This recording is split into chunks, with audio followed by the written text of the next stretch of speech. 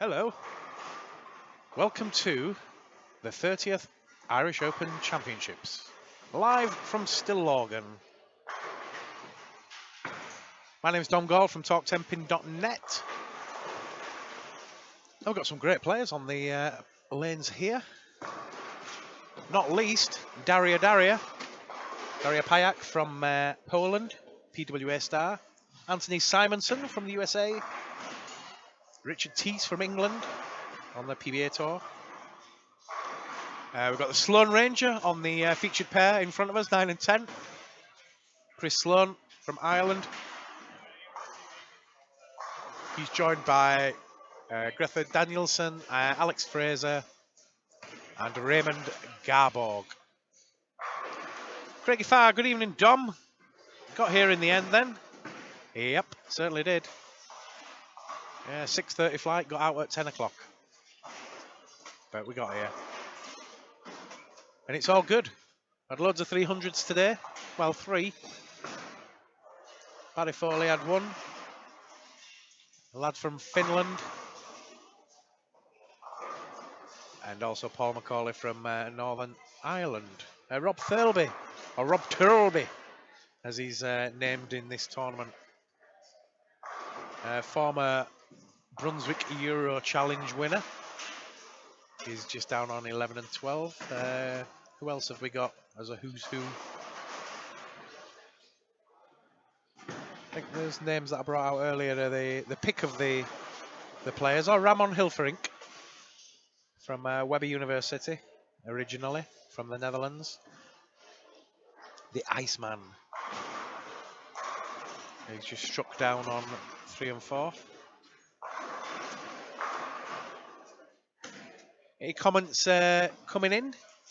Got any questions about the tournament? If you've got any predictions as who you think's going to win, let us know. I'll give you some scores on the doors in a moment. Apologies for you American viewers if you have trouble understanding my English accent. I'm trying to be posh at the moment, but I will go very northern and local soon. So try and keep up.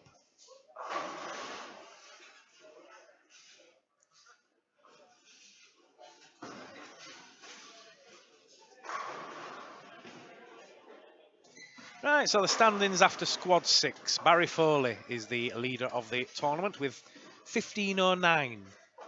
And that had a 186 first game. 186, 269, 259, 238, 300, and 257. 251 average. In second place from Belgium, Steve Gasmans with 1469. In third place, Patrick Mika, a little starfish from the Netherlands, 1443. Alan Bride from Ireland with 1430 in fourth place.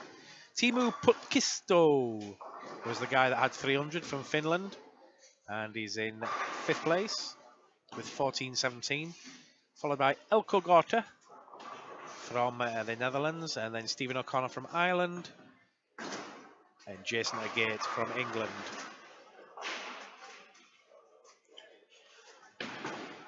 Seven players over 1400 at the minute, just the one player over 15.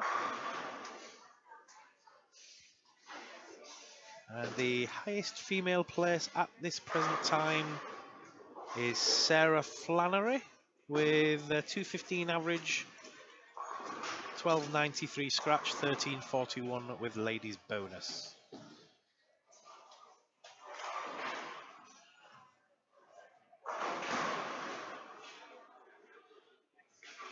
Bernie Stuckle, good evening, have fun. See you all in March for the Euro Challenge. That's what I like about you, Bernie. You're always advertising tournaments on my streams, which is good. People need to know when things are. So Sloane Ranger opens up with a couple of spares and a strike on this featured pair. He's the pick of the players at the moment, other than Alex Fraser, who's opened up with a front 2. And I think we might be seeing Daria in the next game. Is Daria coming this way? Yep. So I think we're probably going to get Daria in game 2. Mr. Simonson is down on 13 and 14, is it? 11 and 12, sorry. No, 13 and 14, yeah. And he's opened up with front 3. Make that front 4.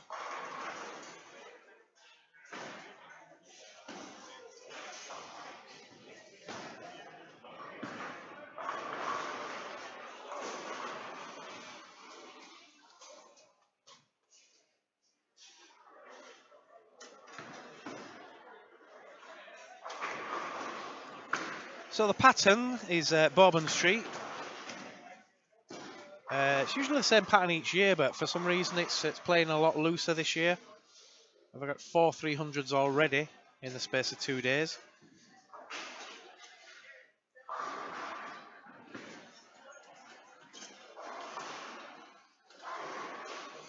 Yeah, things about Bourbon Street. Kegel's reverse drop function is used for this pattern, which provides more shots up front, while also making the shot more open down lane. Or just like the famous street in New Orleans, once the shot starts flowing, you can really let loose and have a good time when playing on Kegel's Bourbon Street. Or Bourbon Street. Pattern distance 40 feet. And pattern volume 15.6 milliliters on the forward and 7.85 on the reverse, for a total of 23.45 for those people that understand all that.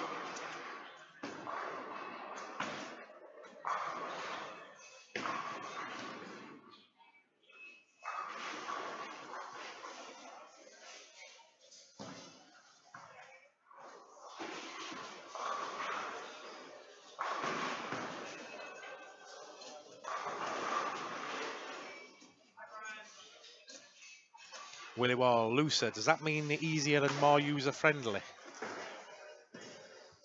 I suppose it means whatever you want it to mean. I've seen some good players throw 1280 on this, and I've also seen good players throw 1500, so you're as good as your head is on the lanes, I guess. But they're playable, by the looks of it. Some make it look easy, some make it look hard.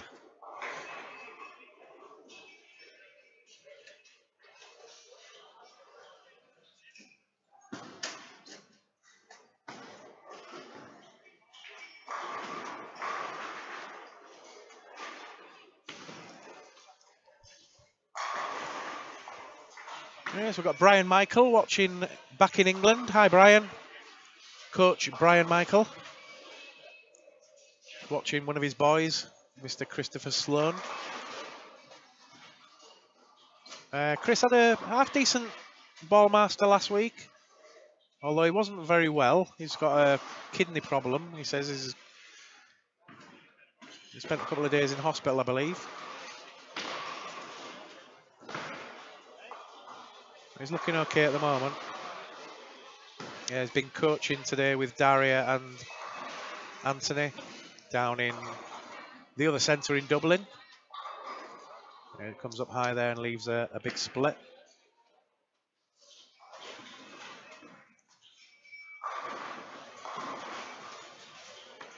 Sloane Ranger, runner-up 2 years ago, I believe, against Paul Moore. And one of many Irishmen to come second in this tournament. Only one has won it so far. And we know that's Barry Foley. But could we see another Irish winner this year? If you're going to bet on anybody, it'd probably be Mr. Sloane.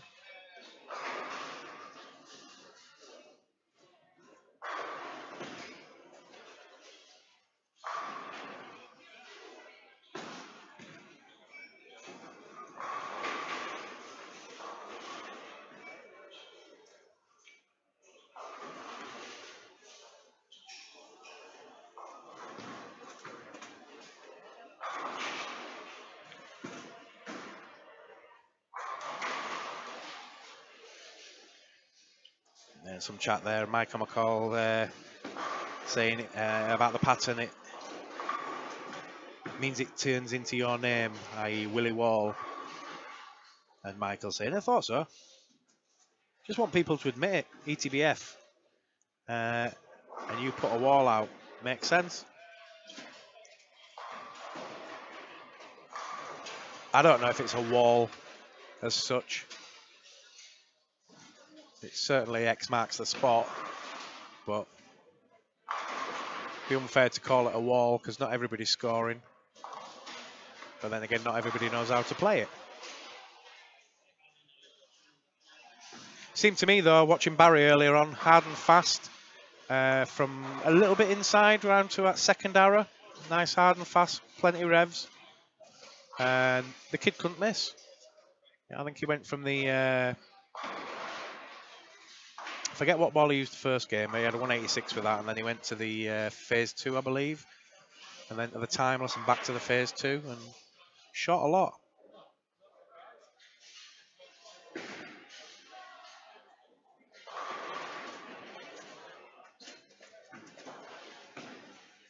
Craigie Farr then said, who's the pick for the title?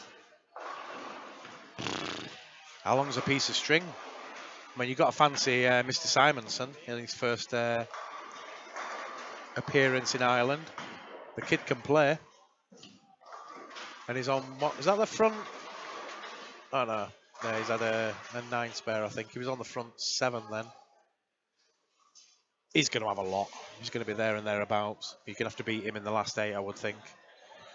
Daria, you always want to watch out for. She can play. She's got 8 pins as well. She's going to be one of the hot favourites for the female title against last year's winner, Kira Ray. And Amanda Larkin, the 2-time Irish champion. But if the Dutchy girls can get over, Ghislaine Stinkter van der Tol, she's been a winner of this event in the past. But they had trouble getting out of the Netherlands today with problems with the wind. Blowing crap out of the Dutchies.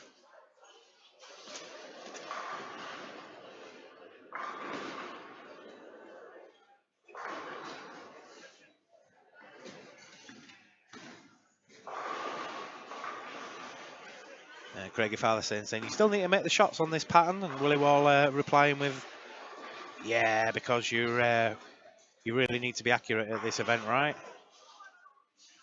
Marco, streamer Marco says the one that carries the corners most will win. Brave Star are asking, did this start on Monday? Sunday, I believe it started, and then some more squads on Wednesday. Willie Wall says, bring back Voss. And Craigie Farr says, if it's that easy, Willie Wall, why aren't you playing? Go on, call him out. Come on, Willie Wall. Come back to him.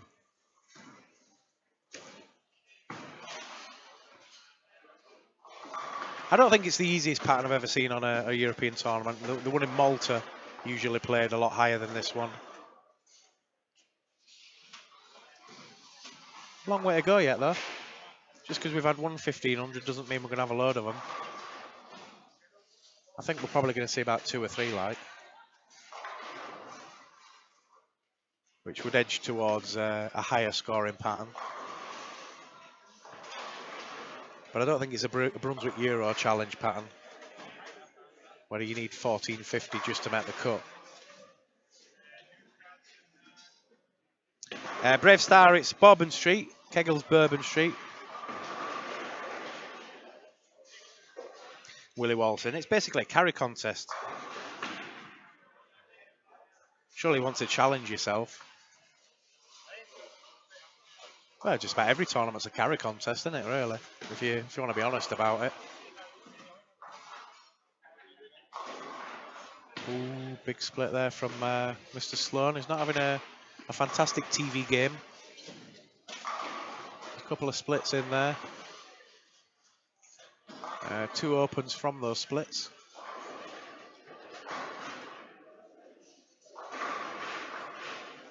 Willie Wall saying top 10 will be 1480. We'll see, we'll see. It's a good opening number to pitch, Willie.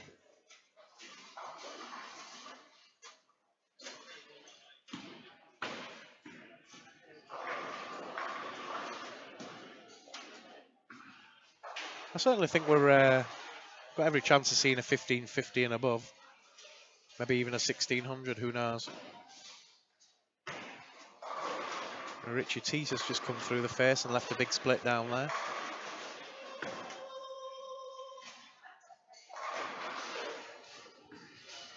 A few players on this block first timers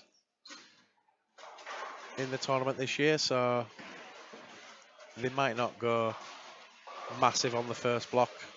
It might be the next one that they suss it all out. Rob Thirlby, half the man he was last year, lost 4 stone.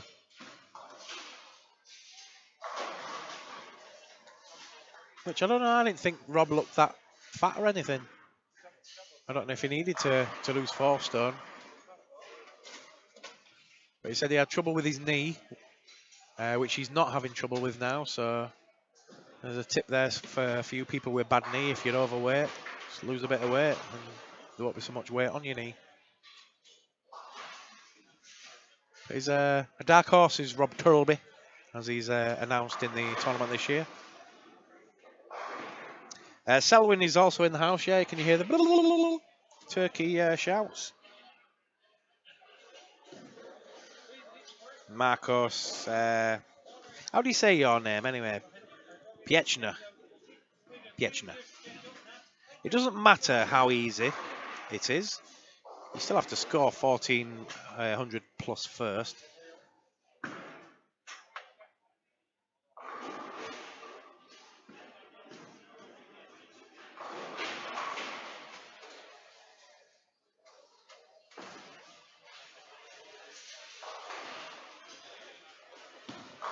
Yeah, so just coming up at the end of this first game. And nothing much to report on the TV pair there, scores-wise. I think we're going to be lucky to see anybody break 200 in this one. Chris Sloan, Raymond Gaborg, Greta Danielson and Alex Fraser, the players on the featured pair.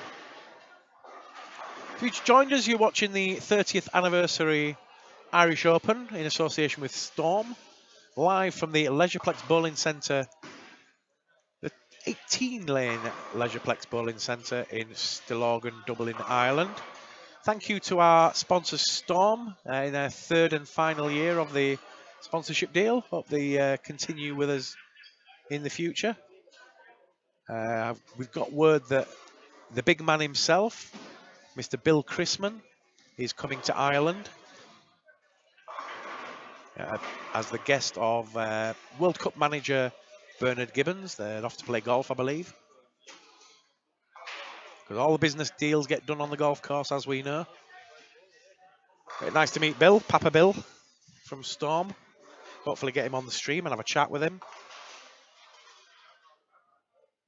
Yeah, the big man himself.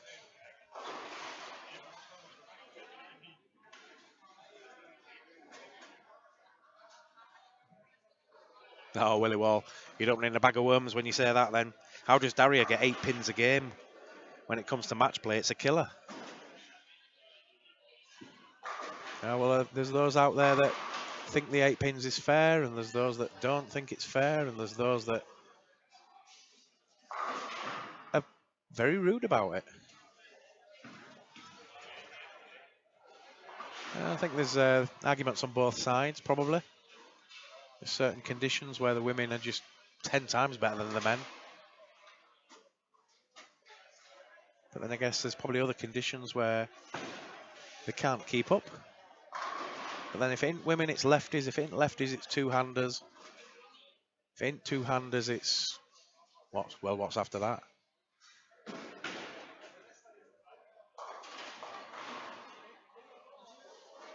Maybe the truth is bowlers don't like bowlers sometimes. 174 then for Chris Sloan. Not a great start to his championships. But that'll probably be the lowest game we see from him all weekend. 180 from Greth Danielson. Raymond Garbo can finish with a 205 actually. Could be the only one over 200.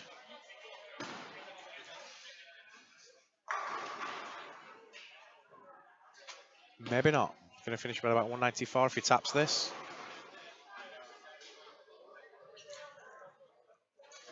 And yeah, it's going to be about 195 by the looks of it.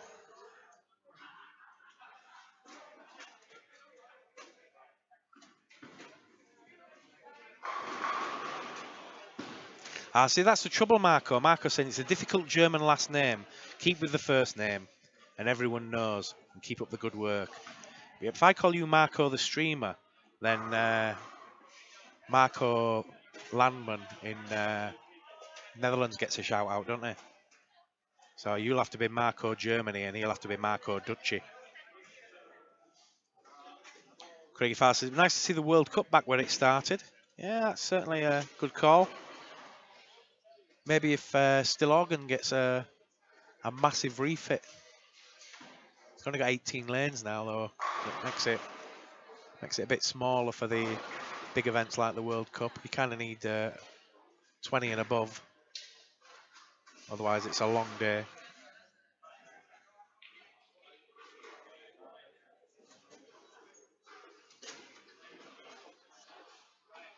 I think Shanghai a couple of years ago were 20 lanes. And it was a lot of squads in a day. A bit too much, really. And then we had Mexico this year that had almost double that. We were finished a lot sooner, obviously.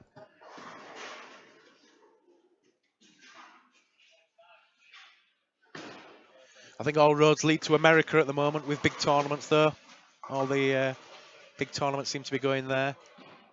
They've got the infrastructure for it, and they've got the appetite to want it more than anything. It's okay as us saying let's take it here, there, and everywhere, but a lot of these other countries don't even want it, or don't even want big tournaments for that matter.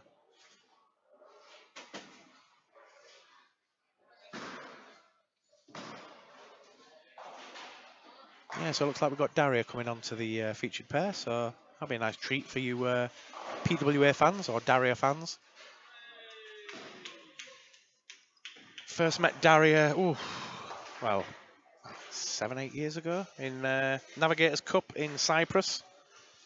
I'd interviewed her a couple of years earlier when she was about 15 years old as one of the up-and-coming talents in the World Game. I don't know about you guys, but I saw it years ago that she was good. She's kind of toned her ball revs and stuff down a little bit since going to Webber University. She fair lashed it before she got there, and still does now. Obviously, she's learnt technique now and had some good coaching at the Kegel Centre. That must be nice to go there to work on a morning.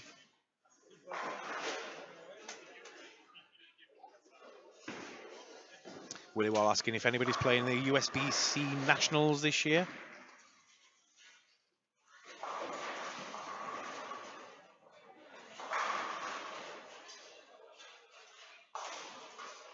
So we've got Daria.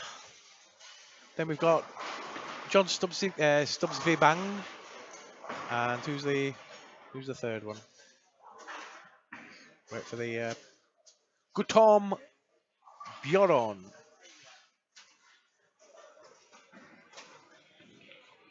Gutom Bjorn. That's a name, isn't it? Right, so let's have a look at Daria now. For no other reason than just looking at Daria. Ooh, smooth. And playing deep as well. Yeah, technique's 10 times better than it was 8 or 9 years ago. She lashed it, but she was a bit erratic with the way the ball went on the lane. Sometimes it thudded, sometimes she got it down early. But she looks like she's very smooth now.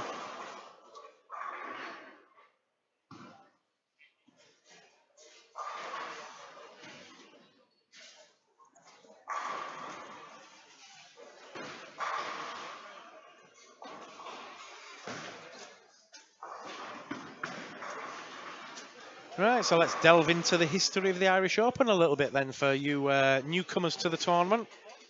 We're in the 30th year now. We've got over 200 entries this year from about 19 countries. I think the total 440 440 re-entries in total, or 445 entries in total.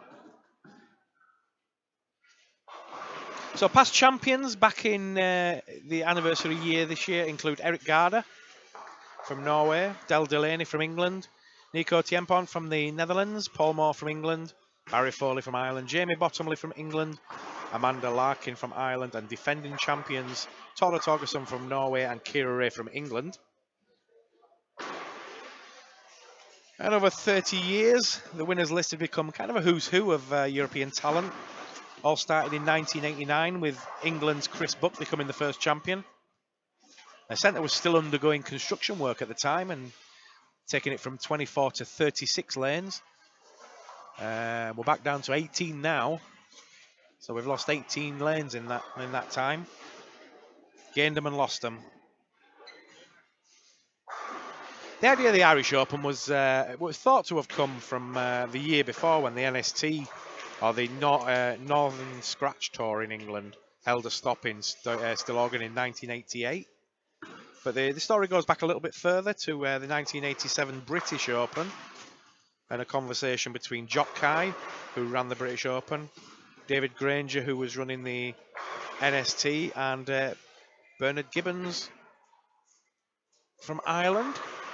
And it was kind of, the seeds were sown to have the first Irish Open in 1989. Chris Buck won the 88 NST stop, and then a year later he won the first Irish Open. And he would tell people at the time that he was the only person to win the Irish Open twice, or win the first Irish Open twice. So kind of technically right-ish.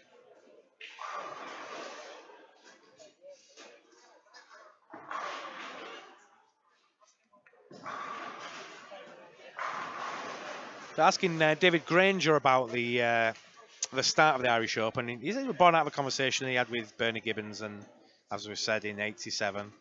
They'd been providing computerized scoring for Jock Kai for a number of years, and after the tournaments were taking off and stuff, it got suggested that they'd have an Open in Ireland. So a lot of players from the Charrington House team, organised by John High. Charrington had an annual challenge match with Stillorgan. So in total, with the Irish contingent, there was 72 bowlers in the 88 pre-Irish Open.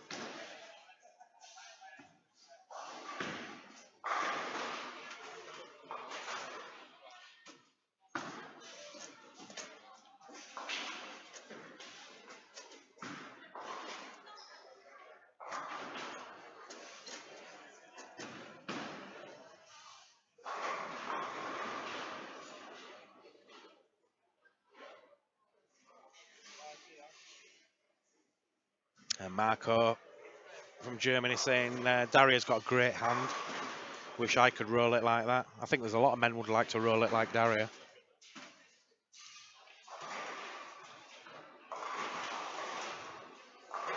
Yeah, she proper whips through it.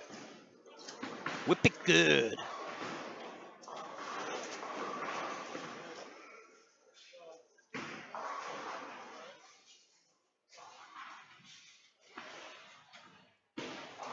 So Daria with a strike, 9 spare strike and a 7.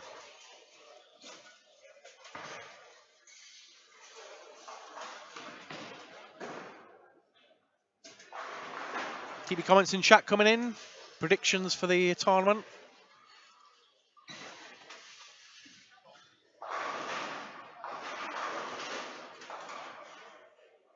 So yeah, I'm sitting on the fence actually this year. I ain't got a clue who's going to win it yet. I could go with about 4 or 5 names that could potentially win it, but I ain't got a clue. I think the safest bet is probably to say Paul Moore.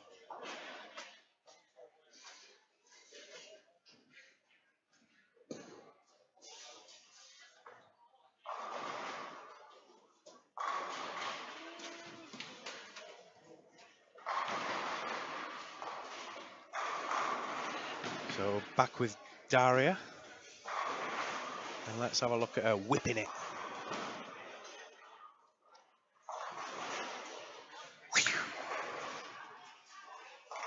She's not getting it out enough though.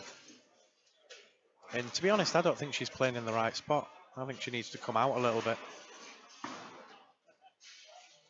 I think she's gone for comfort straight away and staying deep.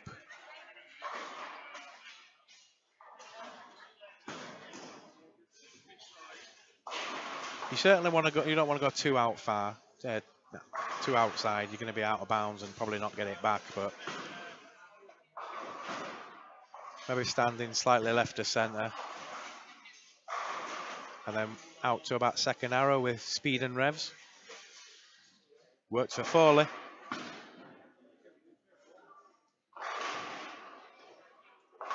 Willie Wall says, my prediction is they'll run behind as usual. We're all on time today, Willie. You're way off on that one. You might be right later on, but at the moment you're way off.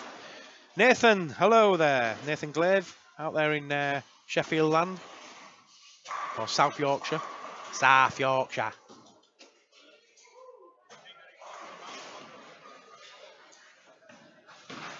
Just joined us, you're watching the 30th Irish Open live from the 18-lane Stillorgan Bowling Centre in Ireland. Thanks to the sponsors Storm again this year, and some of our other sponsors, Mao, Starbucks, Crumbling Print, Cool Tech, Rocks Jewelers, Eco Hygiene, Storm of course, Heineken, Glenealy Foods, TGI Fridays, Frylight, Dublin Food Sales, and the Talbot Hotel, Stillorgan Hotel.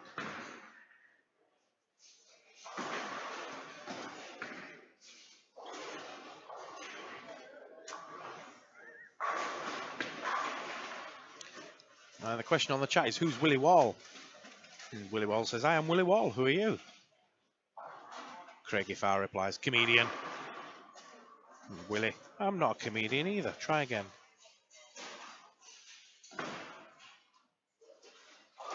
Could be anybody.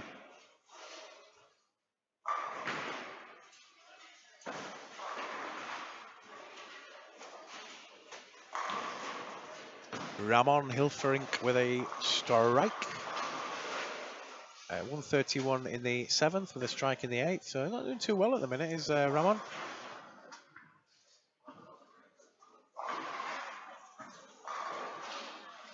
Sloane Ranger. Oh, excuse me. Sloane Ranger on front 5.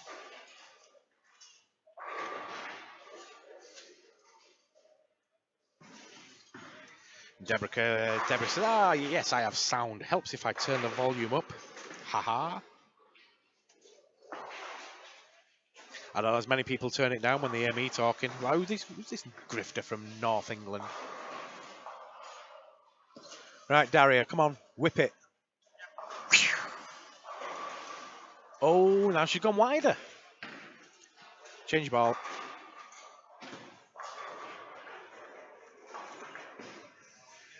Playing with 900 global.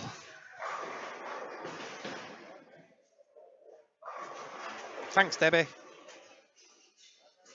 Don't you just hate that when you're talking and then you burp on live stream?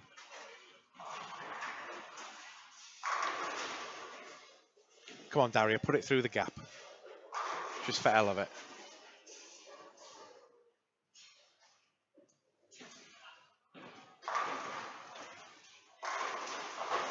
So this TV pair's making everybody look average at the moment. We've had some good games on here today, but it doesn't look like the big scores are coming on the evening squad. Certainly not on the featured pair. Seems to be some good scores other sides of the house.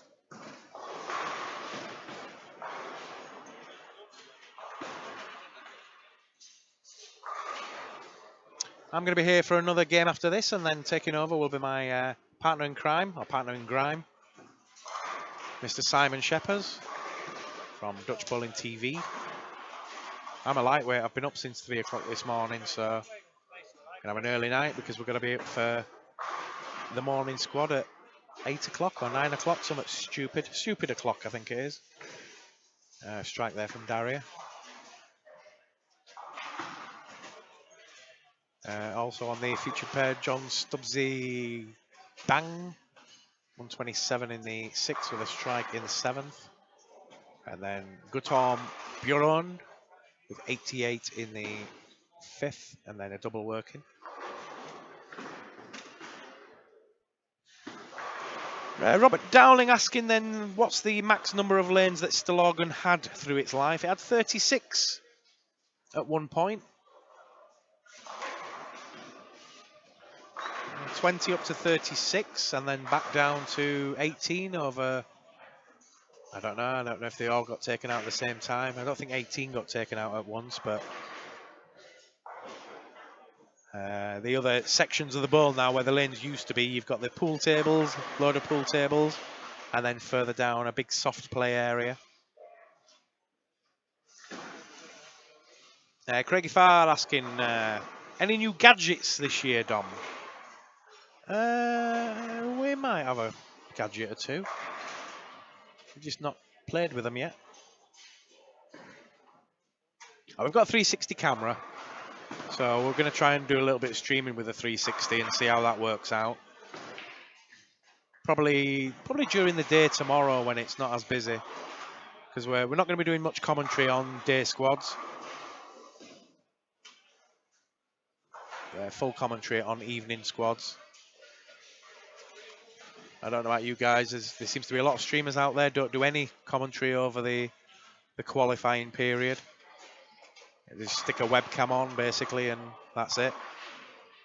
I've kind of always talked crap through my streams, so kind of got used to it.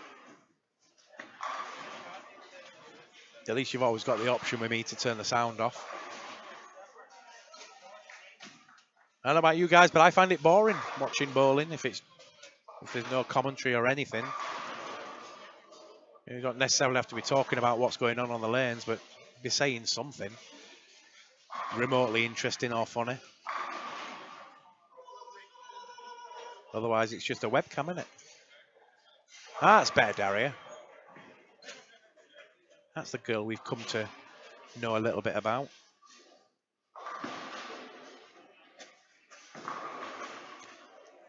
I have not brought the drone over this year, Craigie. That's an exclusive for Cubica AMF, of course. Maybe if Cubica sponsor this tournament next year, who knows? The drone might make an appearance.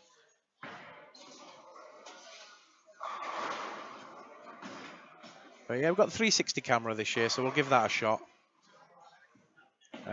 Green screen again. We're doing some virtual studios tomorrow. What else have we got? I think that's about it for gadgets this year. Got to look for the next big thing to use. I'm actually looking at a new 360 camera for later this year and next year. GoPro have brought a 360 camera out now called the Fusion, which is 5.2K as opposed to 4K, which the Samsung that we've got is supposed to be 4K. Otherwise, it's not really. It's okay when you look at it on a phone, but when you take it up to a bigger screen, it loses a lot of the quality. But 5.2K should be a bit better. Hi, Dakota. Thanks for joining us. Please spread the web address far and wide over the next few days. We'd like to get plenty of people watching the Irish Open. It's a great place to visit, is Ireland, for a number of reasons. Bit cold in January.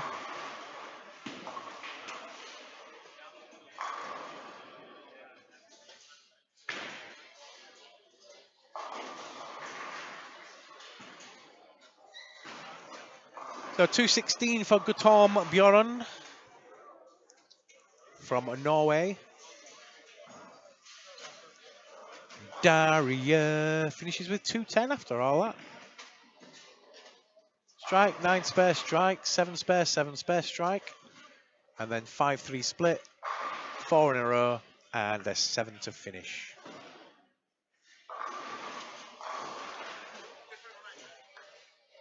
It's hard to know if 210's a good or a bad game, actually. technically a bad game these days, isn't it? But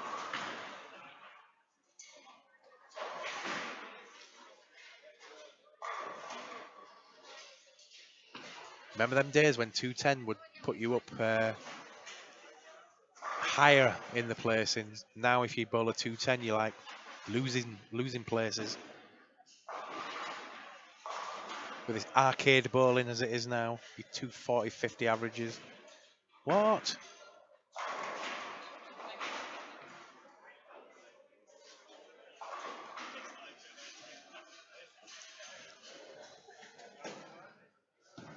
Yeah, so just waiting for next lot of players to come on. Maybe we've got Ramon Hilferink next, not sure. Richard Teese is making his way down this way now, so he might be the next game. So we might get a look at either him or Mr. Simonson.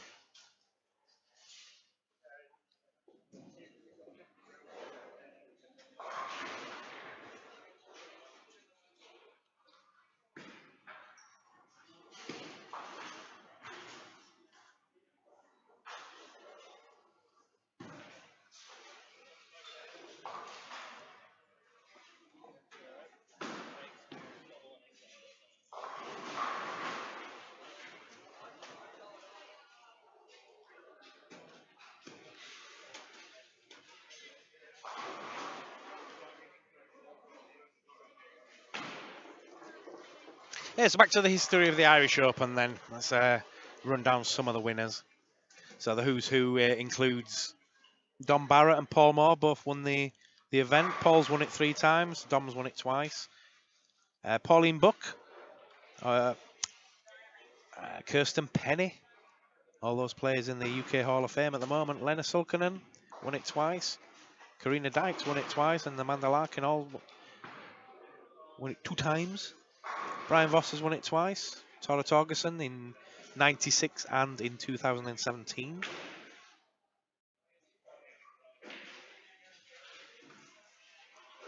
Winners also include Chris Buck, Steve Gomersall, Del Delaney, Marcel van der Bosch, Nico Thienpoint, Jeff Buck, Nut Hansen, Tora Torgerson, Thomas Lee Anderson, Keith Hodge, Matthias Arup, Peter Arlen, Wim van de Veen, Paul Evans, Stu Williams, Beef Stews won it, Sven Roger Olsen, Nick Froggatt,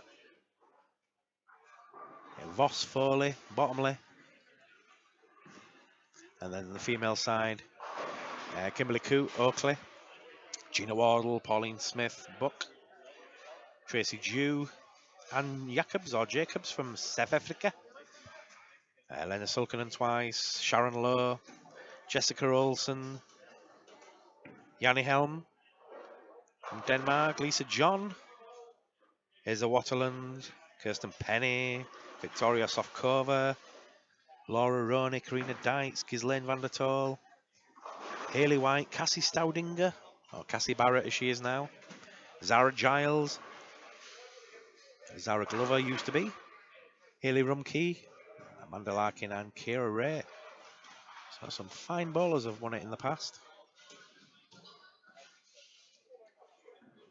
You're in good company if you win this one.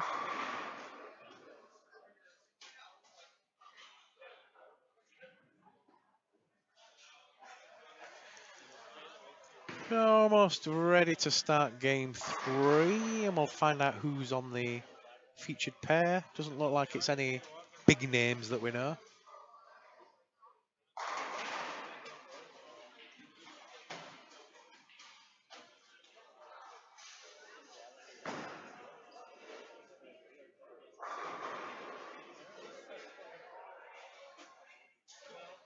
You all gone quiet on the chat?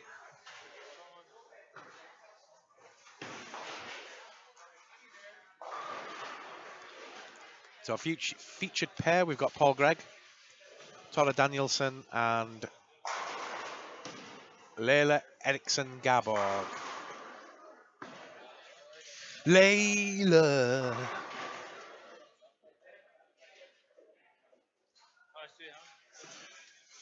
So Paul Gregg starts us off.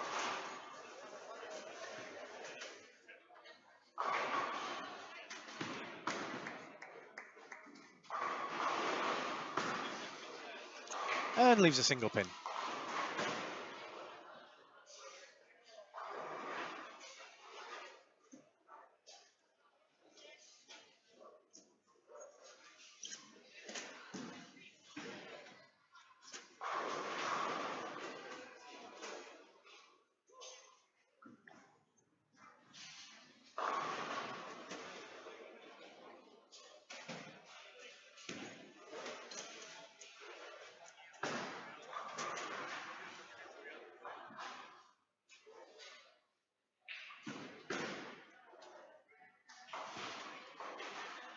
Deborah's getting a fresh drink.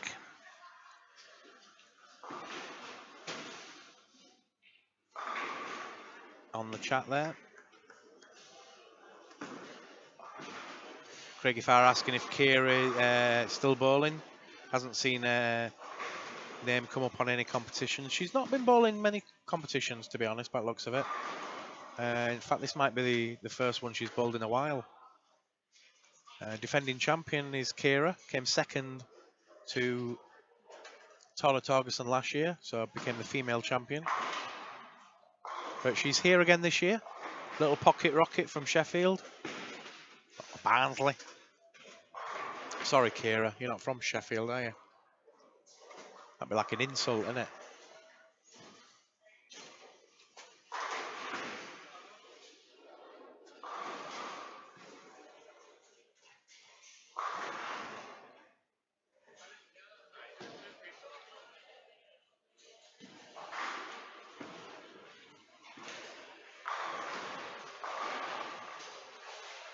Looking around for somebody to pull in and have a chat with, but there's nobody at the back.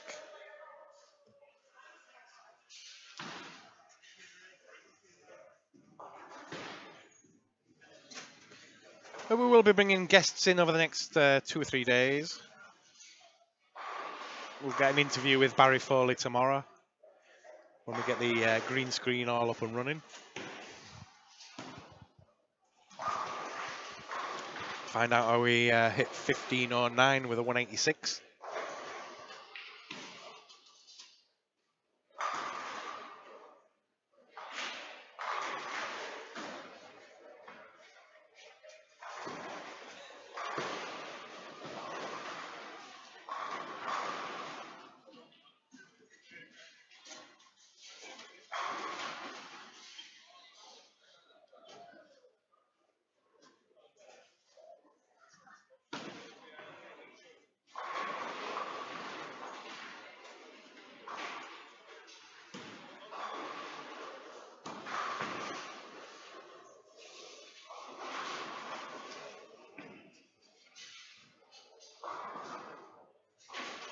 Just joined us, you're watching the 30th Irish Open Championships live from Stillorgan. Into squad 7 now.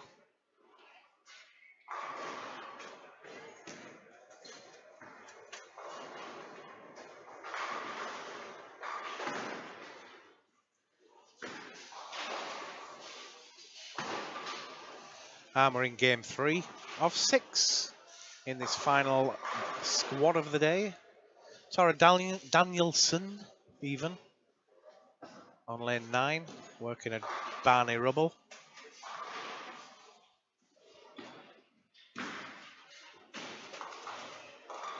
And just comes up high.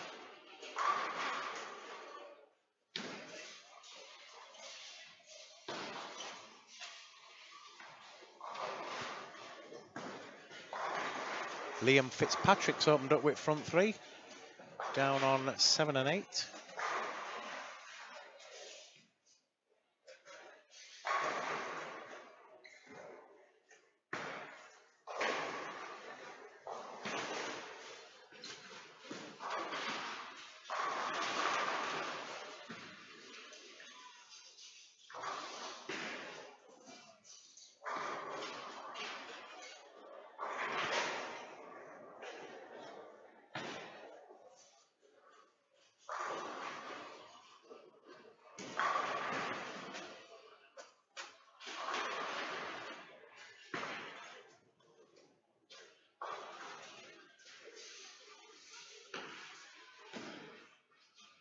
So remember, if you want the results from the tournament,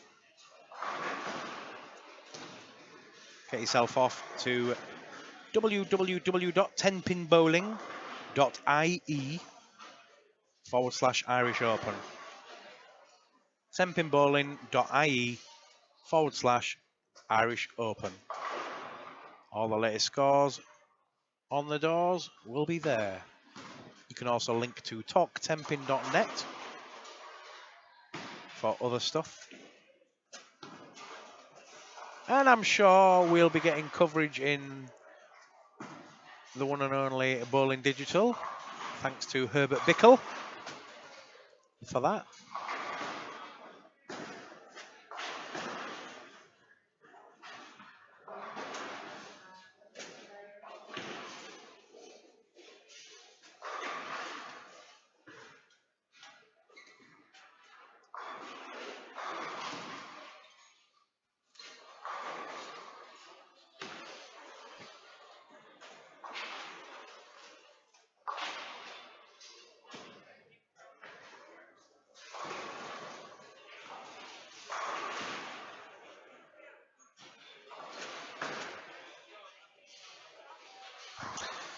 And I think we'll have a guest in a minute. I think I'm going to get Selwyn in. We'll get Selwyn and somebody else to take over the commentary for a bit, because I've got to go do some slow-mo video. And then I'm having an early night tonight. Been up since 3 o'clock in the morning.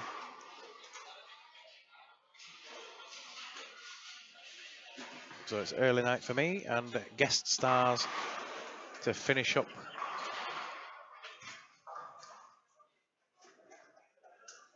Perky 300. How Mr. Simonson doing? And Paul Edser says, evening, John. Hope you're well, sir. I am at the moment, but I'm getting tired now. Been a long day.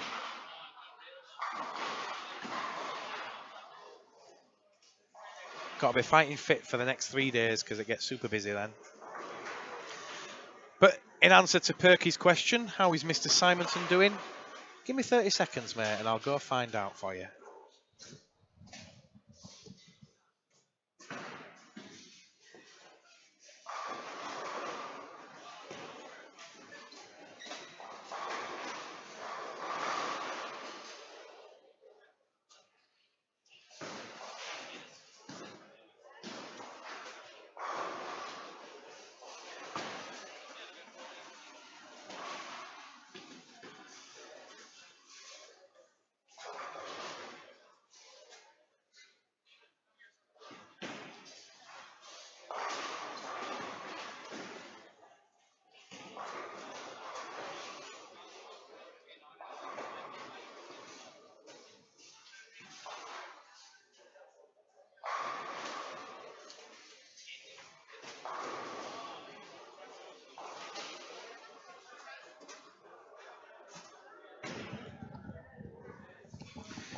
Yeah, unfortunately, Mr. Simon's he's having a nightmare. He's gone 268, 290.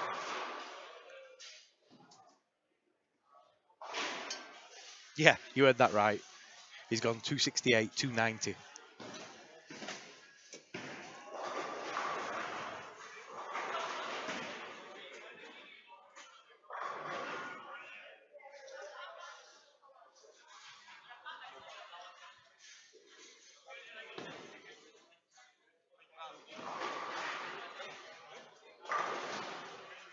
Right, let's get some guests.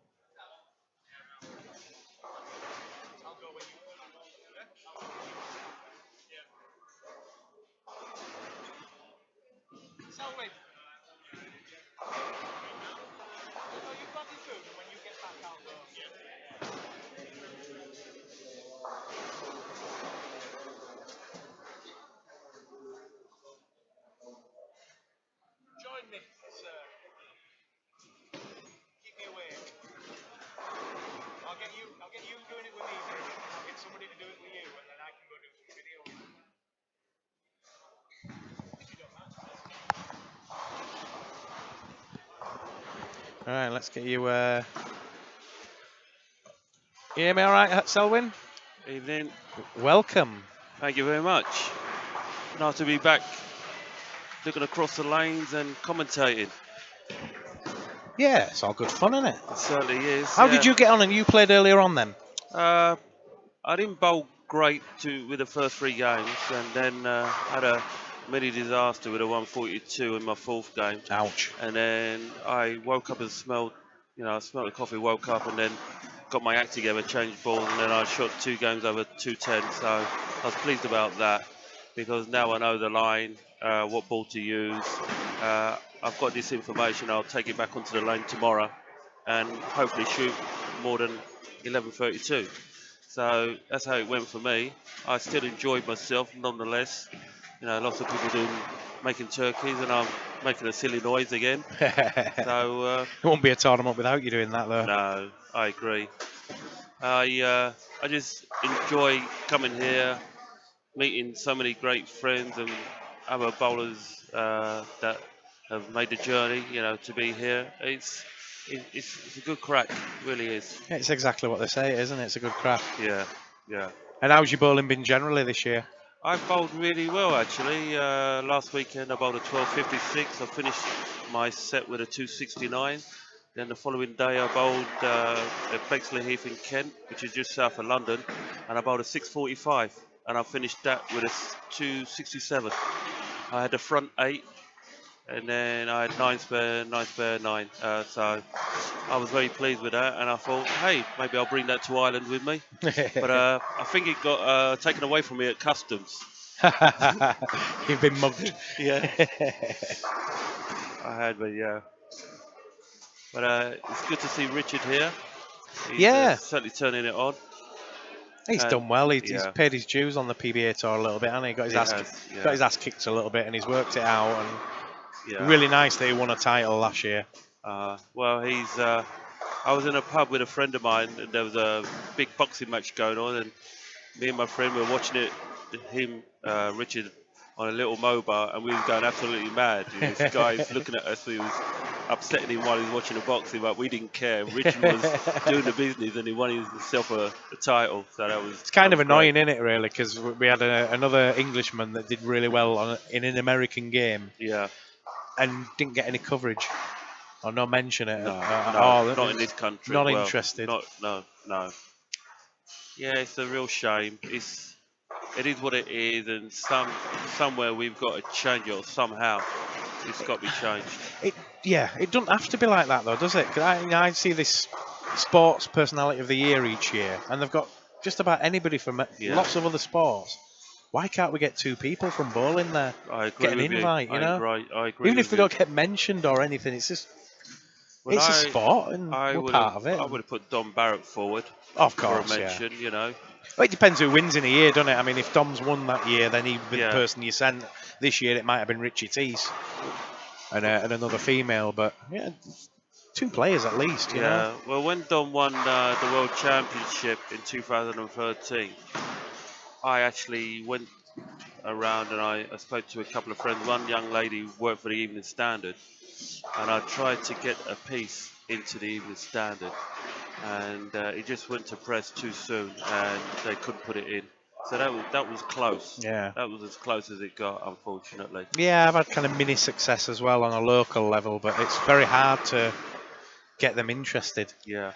Or it needs to be a bad, slow news day, or there needs to be kind of a hook to it, more than just the bowling. Yeah, Hayley Russell ended up on CBBCs or something. CBBC, something like that. So that was good. She's done a few though. She's the go-to person with that now. She's got good at it. Yeah.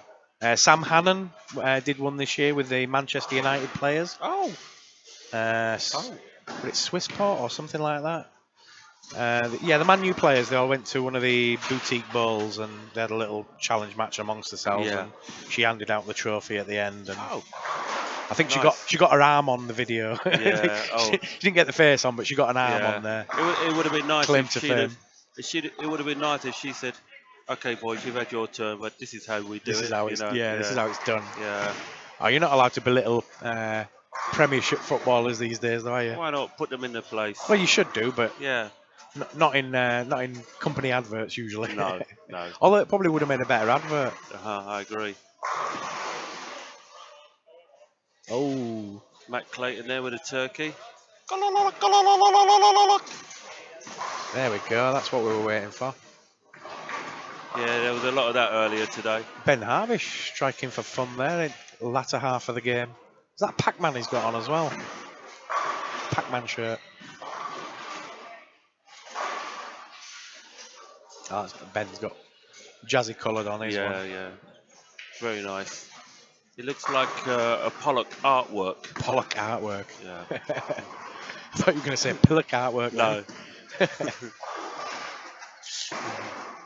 So what's your next squad then tomorrow morning, you say? I'll be doing 8 o'clock this squad.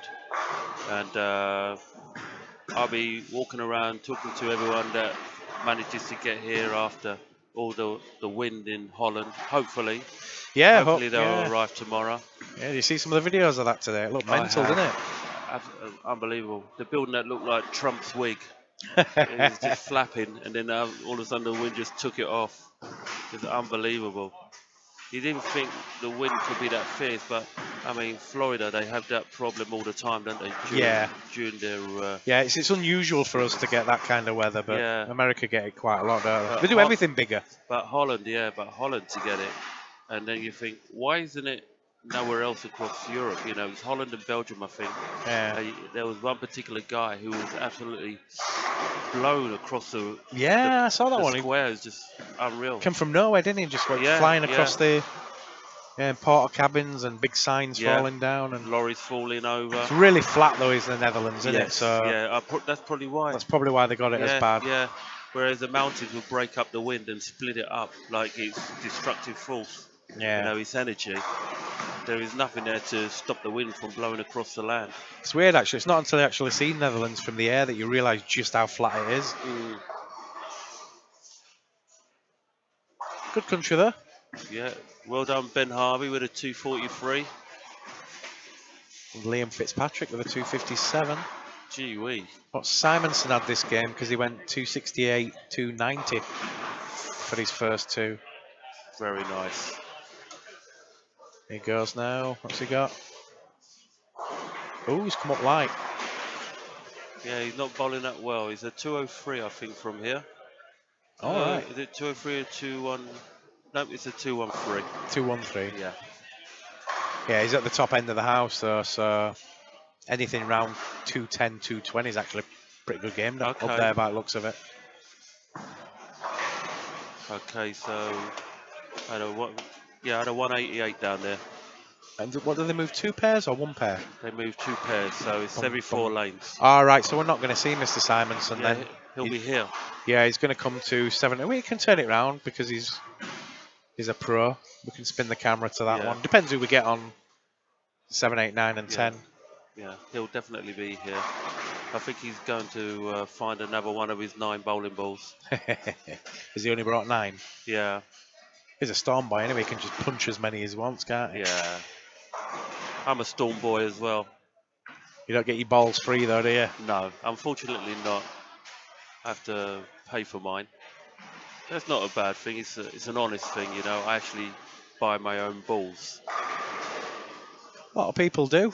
Yeah, they have There's a lot of people no do. one's going to give them to them. No. Yeah. It's not like a hand-me-down from your big brother. What is the cost of the ball these days? Anyway, I can't keep up with it. The last one I bought was a pitch black. Cost me, trying to remember now, about 155, I think. That's one of the lower end prices as well, isn't it? Yeah. Going up higher than that these days. Yeah. I don't know how you can justify that for a bit of plastic. Yeah, some people say you should pay less, you know, and it's shipping that's killing it, I think. You know, the fact that they're all made in America and then they've got to be shipped. Yeah. It's freight is a lot to do with it. I think they would be a lot cheaper if they were made more locally, possibly. Yeah. But I wonder what the profit is on one piece of, you know, material. What does that physically cost, that material, and then the ball? I mean, there's a lot of R&D and stuff go into it. It's not just, you know, a lump of plastic and let's make 200 quid on it. But But if you was to mass produce something, it's cheaper than to just maybe make one at a time, you know, or 10. It'd be cheaper to make 100 at one time rather than make just 10, I would believe, you know. So they're getting their money back and then some, you know, on a bowling ball. You know, but it is what it is, and we love the sport so much we're going to continue to buy all these bowling balls. Storm have the new drive out. You know, I don't know how many of those they will ship, but it's just like they've just brought out the Timeless SC. It's like, oh, another bowling ball. Okay. Yeah. It's a bit crazy. I like the good old days when you maybe got 4 or 5 releases in a year. Yeah. From one particular brand, but now it's I don't know, it's ridiculous, really. Although I was speaking to Ryan Press earlier, Seismic, and they release about 3 or 4 balls a year, which is probably about a decent number. I think the way they're doing it, they're researching the ball. You know, I'm not saying that Storm or Brunswick aren't researching their bowling balls and seeing what cover stock goes with what core, but with Seismic, they're making the balls more unique. You know what I mean? Because they're only bringing out like a bowling ball once every 4 months. So people go, wow, there's a new ball on the market. Not like, oh, yet another Seismic. Oh, yet another Storm. Seismic are doing it like quarterly rather than Storm doing it monthly. Yeah. So, because you can only take so many bowling balls to a tournament. You know, I brought 5 with me and I managed to get all of them in the hold. I had 2 as hand luggage, and I put them in the hold once I got through customs, so I didn't have to lug them around. But you can't take all the bowling balls, and you can't use every single bowling ball unless you're struggling, and then you go, oh right, let me go to that one. You know, it's like Anthony's brought 9. He may use all of them, but he's also advertising them.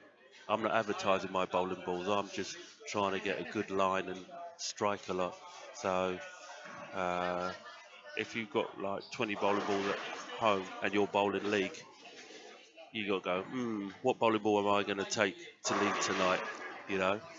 Yeah. And having said all that, Storm are the biggest company in the world now. Yeah. They came from the smallest to the biggest, so yeah, well, you couldn't argue with what they're doing because it's right. It's working. It's taking them from zero to hero. Yeah, yeah. I like the Storm balls. I've never bowled with one. Don Barrett got me into Storm. A little story I'll tell you is I was in Holland at a tournament and I was rolling a Brunswick Nexus, and he said, "Sel, there's something wrong with your equipment." I said, "Well, when I washed it this morning in the shower, it was okay." Quality. So that's when he was trying to get me to buy the Storm Bite, and I didn't actually have the money on me, so I waited till I got home, paid a little bit more for it.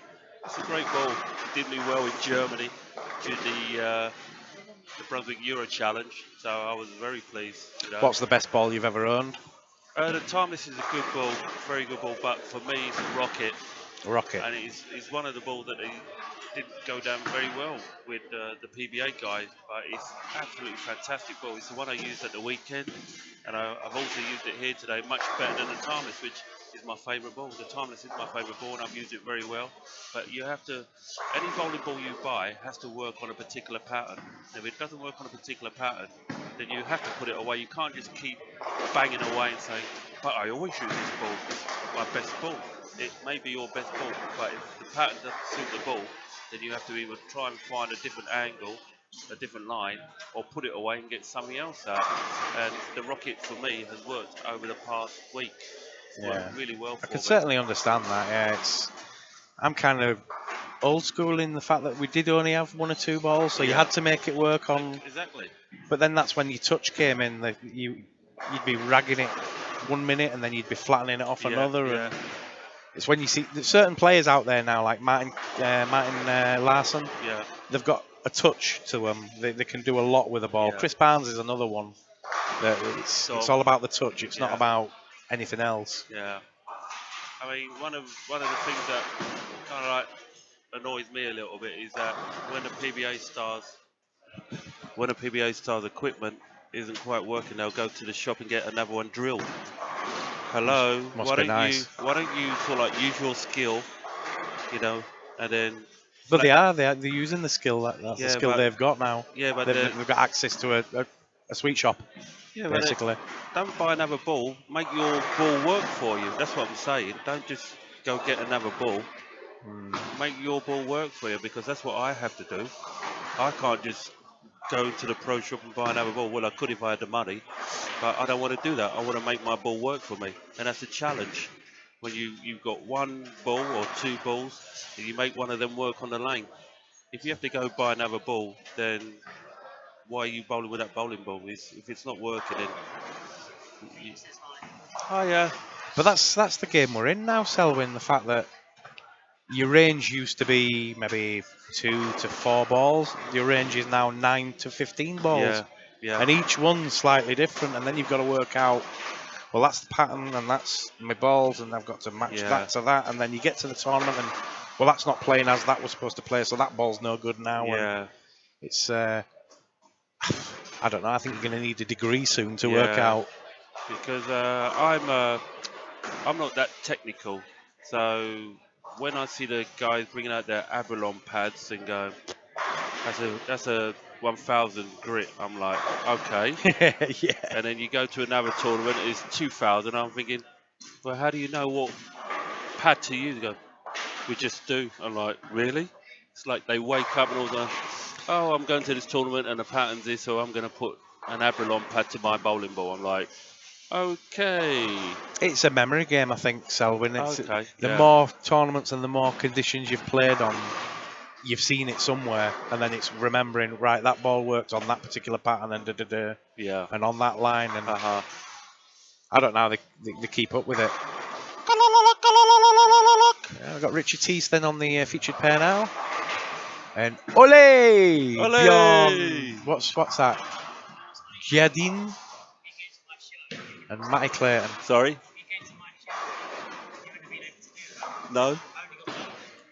Oh.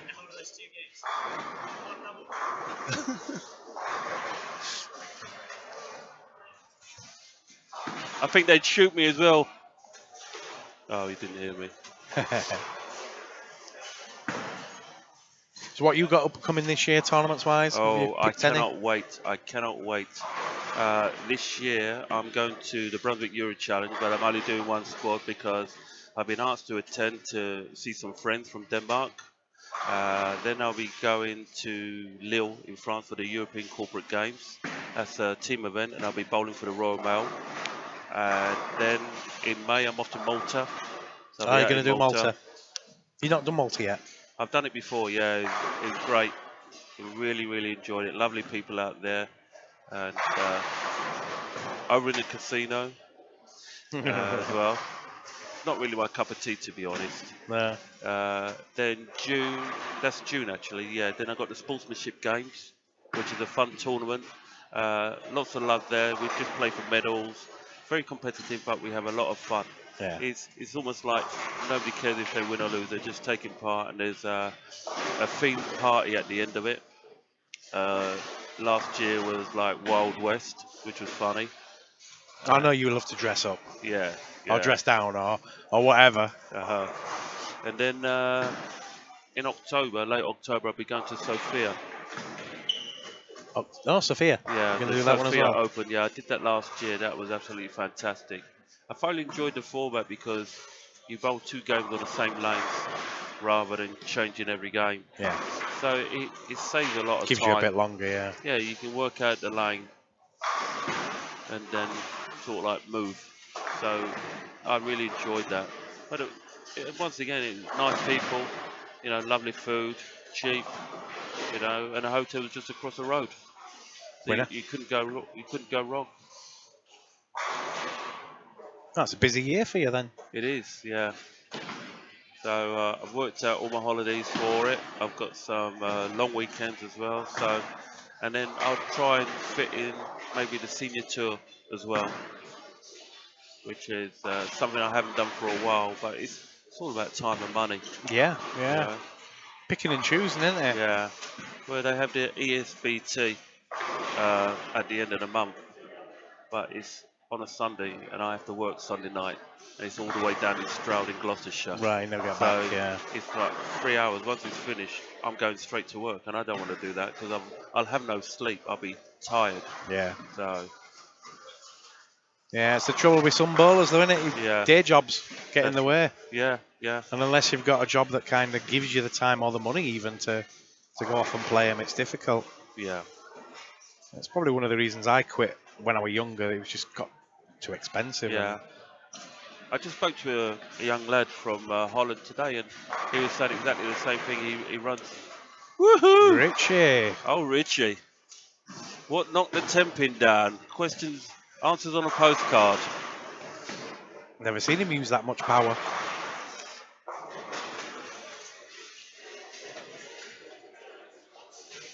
Very pleased with that one. We all like a lucky strike. I didn't know you smoked. Boom, boom. Boom, boom. Yeah. I'll be here all week. Yeah, if you just joined us, you're watching the 30th Irish Open live from Stillorgan, and joining me is Selwyn Morgan from England. Hello. He of the turkey noises. So have you ever done that to a turkey? No. I'd like to see the reaction of a turkey I've when seen you the actually videos. do it to them. I've seen the videos. Very, very funny. I think the people that actually made the noise to the turkey sounded better than I do, and they were a bit closer to what a real turkey sounds like. And then the turkeys all responded, which was ever so funny. Excellent.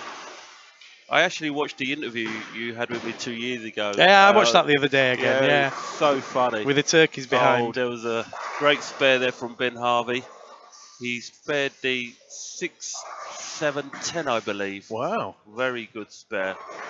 Second time I've seen it today. You should probably catch that actually on the Good. on the stream. Yeah. Good. So what time were we at? I don't know. Hello, Craig Farr. How are you? See you tomorrow, Katie. There's Katie coming over. Tomorrow. Yeah, nice shot there from Anthony. I'm ready when he is. Very nice chap is Anthony. Had a few on the tiles with him in Munich. Yeah. Yeah, very good night. Daniel McEwen, Marshall Kent, Anthony Pepe, Steve Novak, Ida Anderson, Jenny Wegner, Chris Sloan. Yeah, there was a hell of a lot of us. And yes, it got messy. Mixing with the stars, Selwyn. Yeah, Who's your favourite bowler? it's always Don Barrett. Yeah. Always. I've known him since he was a boy, and for me, he's just cool, calm, collected, and Different gravy, innit? he is, yeah, so smooth. I caught up with him at the Pro-Am in Farnborough on Tuesday, and Rob Felby won a raffle at the Nationals, the BTBA Nationals, and I donated a cake. So, Lemon drizzle. Lemon drizzle. So Rob asked me to give it to Dom and Cassie, his wife, but Cassie didn't even get a look in. Took the cake there. Dan Zavalova was there, Bill O'Neill. Rob from Boltec was there. Wishlow. Yeah. Yeah, he was there. And they yammed it. They had all of it. It was very, very funny. Yeah. Featured pair at the moment then, Richie Teese on front 5 and a 9 spare, Matty Clayton with 3 spares and then a turkey, and Ole Bjorn with a double 9 spare, 8-1 double 9. Turkey for Anthony there. Very nicely done. Oh, he's back on it. Another one from Richie. As they say, going at a 279 pace. Yeah. Oh, he's had a 9 misses there, Yes, yeah. Mr. Simonson. That was a 10 pin. He went for a 10 pin and he missed. Wow. Yeah. Not often you see that. I have hit all of my 10 pins today. Yeah? Yeah. How many did you leave? I left about 10, I believe. That's pretty good then. 10 for 10 record. Yeah. I learnt my lesson in practice. And the lesson then is, why are you leaving so many? Yeah, that's true, but it was just like 2 in one game, maybe 1 in another. Yeah. Spread about. Yeah. I had to laugh with Patrick Mecca. He was bowling next to me, and he was just getting 9, 9, 9, 9, 9. He was sparing them all, but he kept leaving different pins, and we were just laughing. And I said to him, I dare you to try and leave the head pin, because I did it today. I completely missed and I left the head pin. ever so funny. It does happen sometimes, though. For no matter what you do, you just can't knock out that pin, and you'll put another good shot in, and you think, that's it. Yeah. And it'll be a different pin. Yeah. And then you do it again, and there'll be another pin. And Well, you just get them games yeah. sometimes where it just won't work. Patrick left the 10 pin 3 times, changed balls, then he left a 7 pin, and then he used the same ball again, and then he left a 9 pin. It was just hilarious. I said, whatever next, whatever next. Yeah, you can see him going through the back row, can't you, sometimes? So when I dared him to leave the head pin, he got a strike and then kind of like got a double. So that was quite funny. I don't know who Conco is. Says I had a slice of that lemon cake. It was yum yum. Oh, it's Mark Wanstall. Hi Mark, I'm glad you enjoyed the cake. I should have brought some today actually. I was going to say we haven't seen no lemon drizzle today. I left it in the kitchen. It's in a box, like a cake box, and I'm like, I can't believe I left a cake at home. Unbelievable. Unforgivable. Unforgivable. Yeah. Yeah, it gets to that point where nobody wants to see you when you don't bring cake. That's very true. They may put it on my gravestone. Lemon drizzle. Lemon drizzle. As well. Yeah. We'll have to have an audio tombstone by then. Yeah. Every hour it goes. Yeah. And then a picture of lemon drizzle goes by. 179 then in the 7th for Richie Teese with a spare in the 8th. Matt Clayton going very well. Yeah. Ever so well. 5 bagger for the man from Newcastle. Is it Newcastle? It's up there, yeah. Yeah. Well, he's got Durham on his back, so I might be wrong.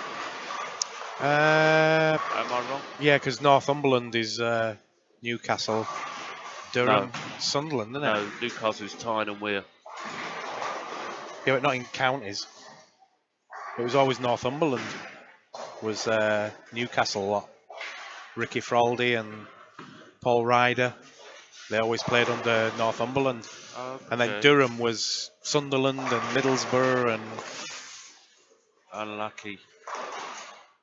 I like the way Rich is rolling the ball because it's so smooth, and when I was watching earlier bowlers, I was really having to bowl the ball quite fast. But Richard doesn't seem to be driving the ball down quite so fast. It's nice, smooth, control ball. It's probably a weak ball, and it's not having to do too much work to come back. It's just so smooth. And I've seen a lot of other bowlers just throw the ball down there like it's a hand grenade about to go off. Yeah. Yeah, there's players that lash it and there's players that finesse it, isn't there? Really? Yeah. Richard's got the finesse.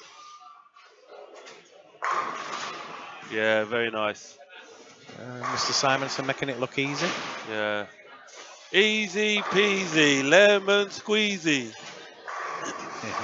Didn't hear you. Richie? Oh. Yeah. Oh, and he got it out as well. Yeah. Yeah, he's worked really hard on his game over the last 5 years as Richard. Him and Ray. Ray's always practicing, doing techniques, drills. Very, very... Ray, very, I very think, good. complicates himself sometimes, though. I think he gets too technical. I myself say keep it simple. That's what I say, keep it simple.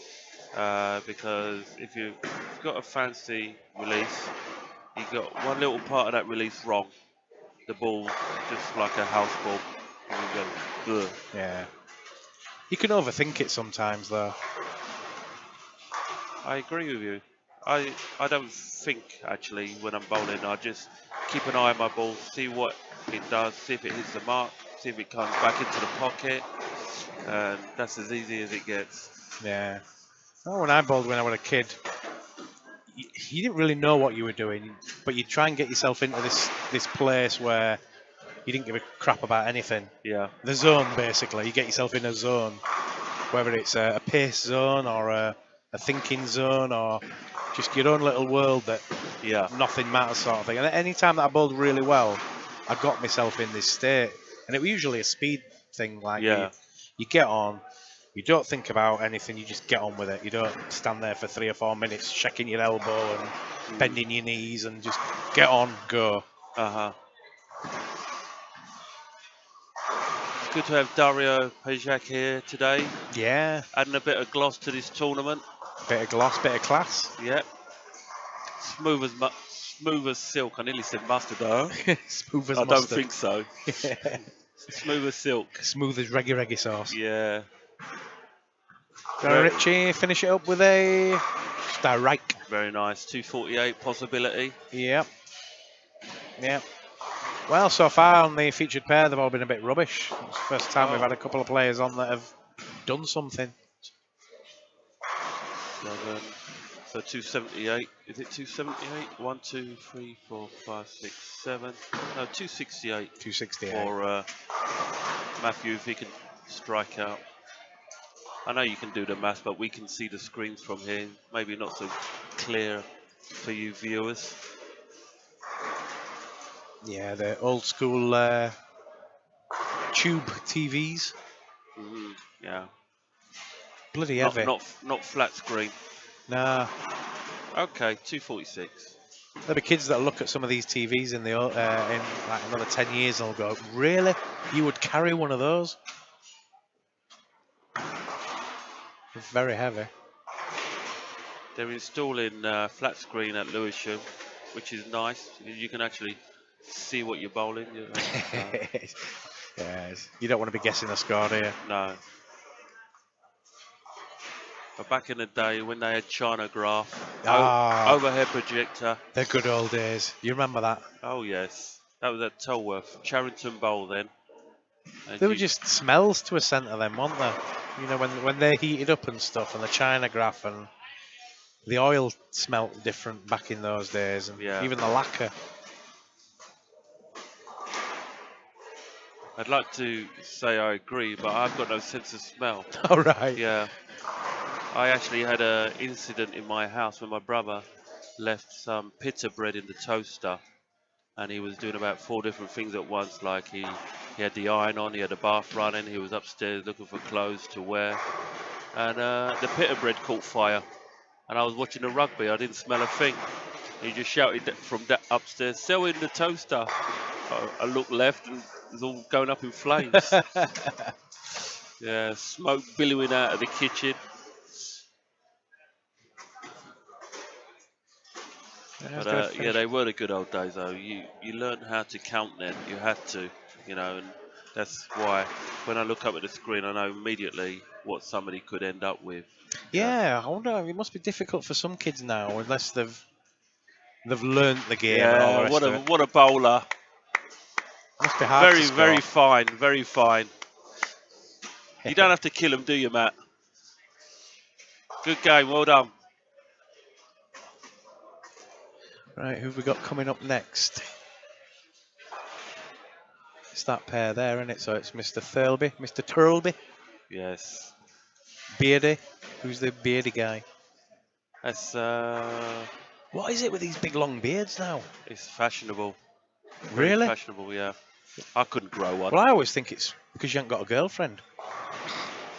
Not saying anything. I haven't got a girlfriend and I haven't got a beard. I've not met a girl yet that loves kissing a beard. True. Well, I'll rephrase that. There are children watching this. Not at this time, there's not. Or there shouldn't be. How's Sloan and Daria doing down there? I'm not sure scores-wise. Sloan hit a 278 earlier. I'm not. That was a penultimate game. I'm not sure what he's doing now. Are they putting scores on the website early, or are they doing it at the end of the block? Matt is from Jarrow, but he works at Sunderland. Right. Jarrow is in Durham. Oh, Right. no, it's not. It's No, it's Jarrow. Tyne and Wear. Jarrow, Beg your yeah. pardon, Tyne and Wear. Thank you for that. Thank you, Brian.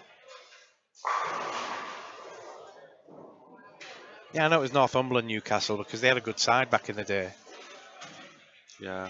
The centre at Sunderland's pretty good, isn't it? It closed down, ha- didn't it? They've got a new one now. Oh, The one in the centre, the old Sunderland Bowl, that closed down, I think, Oh. where the car park and stuff was. right. But I'm sure another one opened. They But- used to have quite a few youth tournaments there, didn't they? as Yeah, well? yeah. Swallow International, and Right. I think there were Tyningwear Sixes or something like that were up there. Okay. It used to be nice but in the early days when the Stemettis owned it, and it like Yeah. pizza restaurant there, and Marty Drummond did the pro shop, and I remember playing there quite a lot as a kid. Never played well there, but Right. I remember going and enjoying it. Well, we used to do the coach and fours in Bexley Heath, and that was absolutely fantastic. I mean, I was happy for it because I was one of the coaches, and you had 4 kids that are trying to beat you so they could win a badge. But what I liked about it so much, it was sociable. Yeah. The kids met up every year, a bit like we do when we come to the Irish Open, and we enjoy each other's company, and we have fun, and we learn social skills, how to talk to people, and that's what I think bowling encourages. You know, it's like I've met people here, and you just talk to them because why not? They're nice people, and they're not going to be offended. If they well bowled today, like, oh yeah, I bowled better yesterday, blah blah blah. You get talking. There's a commonality, isn't there? Yeah. So with bowlers, you tend to understand most of them. Yeah, yeah. Well, English is like the language that everybody speaks when they meet up, you know. You've got your friends from your country, but when people talk to other people from different countries, it's always English. I mean, okay, I can blow my own trumpet and say I speak Spanish, German and French, but when you meet somebody from Norway or Finland, they don't speak Spanish or German, they speak English. Your know? common language is English usually, isn't it? Yeah, yeah, that's right. Or a push Spanish after that. Yeah. I mean, I actually said to my friend from Finland, I wouldn't mind learning Finnish. He went, don't bother selling. Everyone speaks English. Fair enough. Yeah. I think Chinese is the one you need to be learning these days, isn't it? Yeah. I think you learn Chinese if you're going into business, don't you? Yeah, probably, Yeah. I don't know, it'd be nice to understand a few words in all languages. Says me that's got a Spanish wife and I still haven't learned Spanish yet. No puedes hablar español. No hablo español. Es una pena, una pena. Después de tantos años, no puedes hablar español. Ay, ay, ay. Ay, ay, ay. Sorry about that, folks. Ay, caramba. Yes. No, I know a few words and a few bits and pieces, but not enough to... We've got an 8-year-old now that's fluent. You know, she's fluent in Spanish and English from day one. So, it can be a bit embarrassing. I argue it away as, well, I've got a mother that I don't understand, and I've got a mother-in-law I don't understand, so yeah, it just evens it out. Yeah, and at the same time, if they have a go at you, you can say, Eh? don't understand you, I don't understand you. Yeah, the only words I know then. Yeah.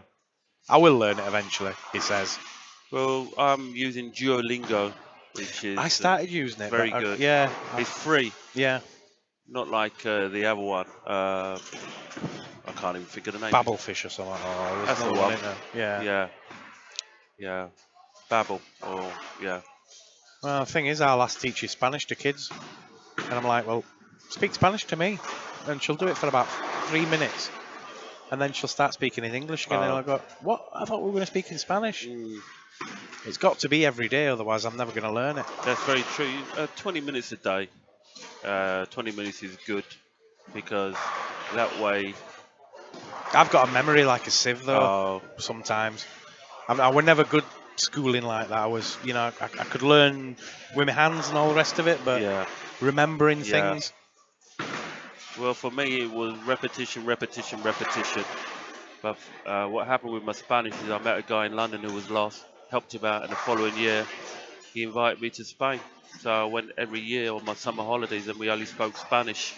And that is why my Spanish is very, very good. Yeah. I decided to learn German because I had German friends at the college where I was learning as well. And I travelled to Germany, and I went there quite a few times and travelled up and down the country. And My wife said that Right. if you learn a couple of languages, it gets easier as you go. It Then does, yeah. Because if you have the right method, the right way to use it, sort of learn it, sorry, then you use that with each language. Yeah. You know. Right, we've got some comments there. Deborah Kelly. Oh my God! Bring back memories used when I started bowling. Sunderland has 2 bowling centres now. Where is Simon? And where is Simon? Did he leave you all alone, Dom? Yeah. Yeah, that's now new, Esther. He's gone for something to eat with the guy from the pro shop. With a bit lucky back soon, though, because he knows I'm going to bed early tonight. Well, after your journey here today, I did see that on Facebook. I'm amazed I kept calm. I usually get angry with stuff like that. Right, It's like, well, yeah. what's the point? But yeah, because it's beyond your control. It's Yeah. the weather. It's weather related. It's not like they said, "Oh, we're deliberately delayed this It wasn't flight." just that, though. Hell, they had a plane in Ireland, in England, that wasn't able to take off because of a certain amount of ice on the runway. Yeah. So why was that plane even there anyway when they knew there was ice coming the night before? It didn't make business sense to have a plane there that wasn't going to be able to take or off. they could prepare the runway so that it could take off. They de-iced it and then they said, oh, it's not activating quick enough. And then that's where our plane came into play. That Well, don't you put most planes could take off, but our particular one had something that wouldn't allow it to do it. Yeah, yeah. But yeah, the other thing is, I don't want to take off on a slippy thing anyway. I don't want to crash or not make it. Might end up being Leeds Babes. Yeah. That's a joke, by the way. You know, Manchester Babes in Munich. Yeah. Yeah. Yeah, But, you don't want any of that.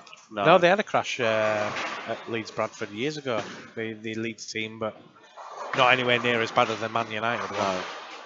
That's what the Leeds fans taunt the Man U supporters about when they used to play against them.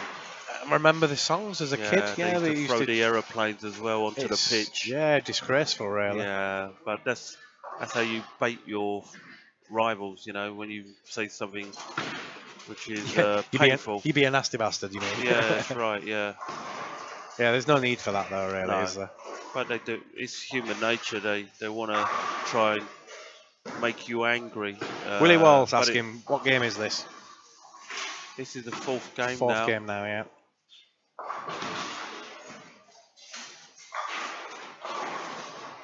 Oh dear. Rob Felby yet to get going, but he will.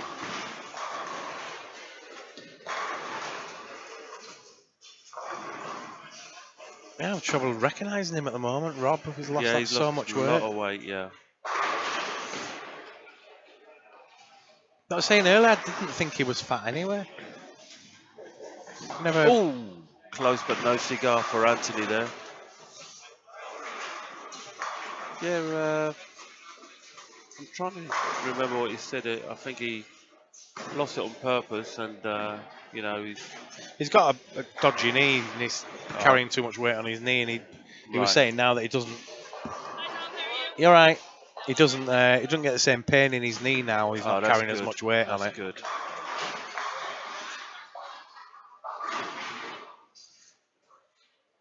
And Amanda Larkin, 2-time champions, just walked in.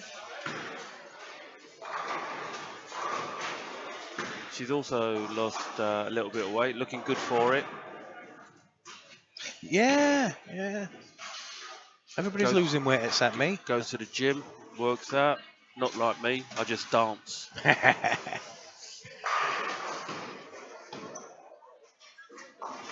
Only in the kitchen though.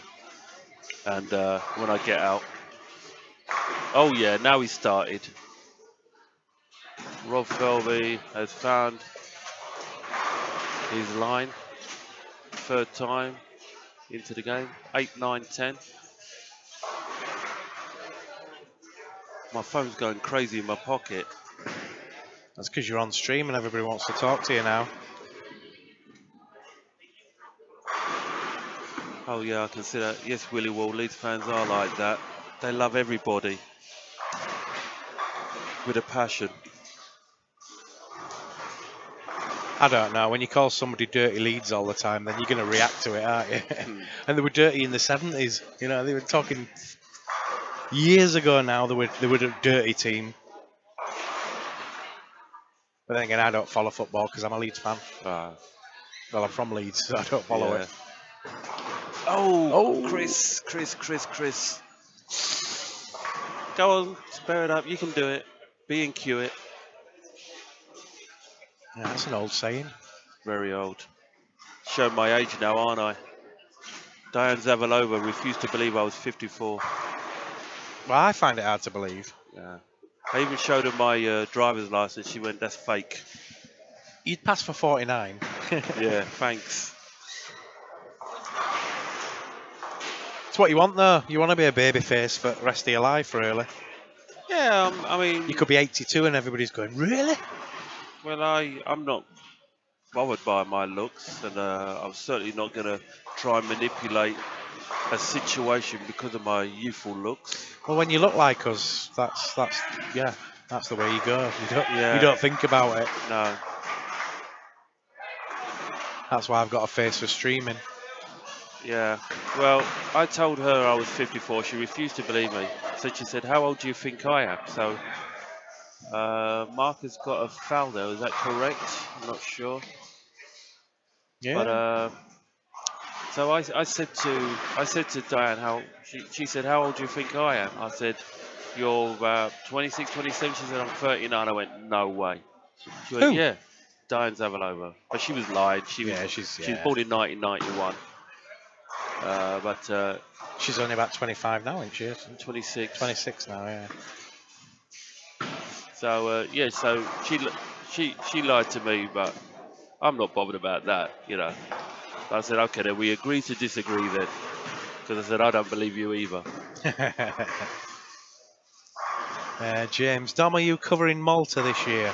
I don't know yet, actually. Sent Helen Tamblin out last year.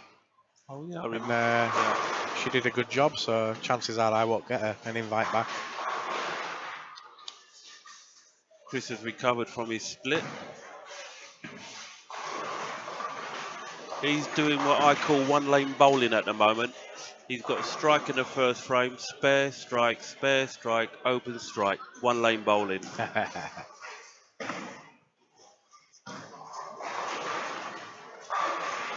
Will Rob get a turkey? No. Nope. Kiss her death. Ah, you're back. Come on then. Game 4. Right, Selwyn. Simon's going to come on with you now and chat away. Thanks for keeping me company for the last problem hour. At all. I will see everyone again in the morning for some more streaming. Sleep tight. Yeah. Don't let the big bugs bite. I won't let anybody bite. No, you don't want to do that.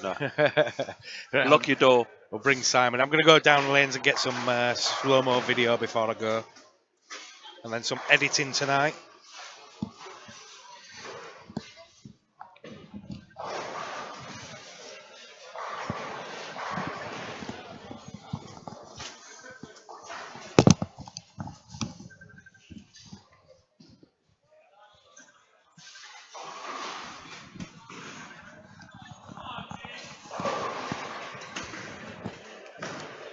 Okay, so it's me and Simon now. Yep. Simon's a head honcho here, so he'll be doing quite a lot of the talking. Yeah. Been a long day now. Yes. I was up around 7 this morning, so it's been quite a long day for me as well. Yeah, mine alarm went at 7:30. Just to get here early to build up a stream when Dom gets here, but he just arrived at 2 instead of 10. Better late than never though. Yeah. Not his fault, of course, as we discussed. His plane had problems and wasn't equipped for icy lanes, or they couldn't de-ice the runway. Yeah. I said lanes then, didn't I? I meant to say runway, not lanes. Yeah. Luckily we flew in yesterday instead of today with all the cancellations. Yes, yes, very true. Some Dutch people are still there, or unfortunately, or flying through Stansted and then tomorrow to the Oh, hopefully, yeah, be good to see them. Be good to see them. Yeah. Because Ghislaine van der Tol, she should be here. Bianca Vickeraard, also. Nicole Saunders, yeah. A lot of other Dutch people, because there are a lot of gaps in all those squads. Somebody has asked, is Rob still at Ilkeston Bowl? We don't know the answer to that question, but we'll try and get an answer for you. I'll ask Lee Cocker. Lee. Hiya, you're right. Is Rob still at Ilkeston Bowl? I just asked Lee Cocker that question for you, Paul, and Rob is no longer at Ilkeston Bowl.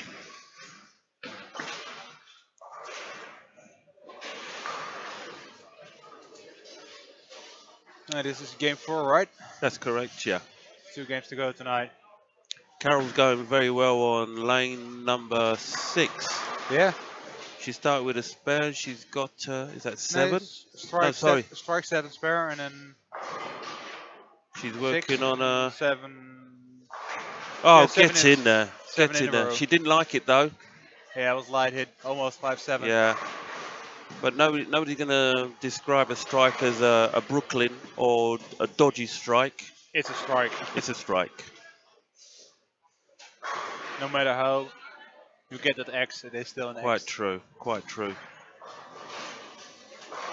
I've actually got a strike by slicing the 3 pins sideways, and they all just split like a tangerine and knocked the head pin over. Yeah. As one of the funniest strikes I've ever made. Yeah, almost one of the last shots of my squad. I smashed it between the 3 and the 6 pin, and they almost fell over. Yeah. And only the 1 pin standing. You're welcome, Paul. No problem. Yeah, quite some big names in this squad. There are. It'll be interesting to see who comes out on top. Yeah, some of the guys I had an all-day clinic from 900 Global. Yeah. Chris, Daria, Ramon. They were busy until 2 last night to get everything ready. Oh, wow. And this morning, everybody was there at 11 on the lanes, and then they had a clinic until 6. Just a quick bite, and then here they are. Yeah. That's dedication. Yeah.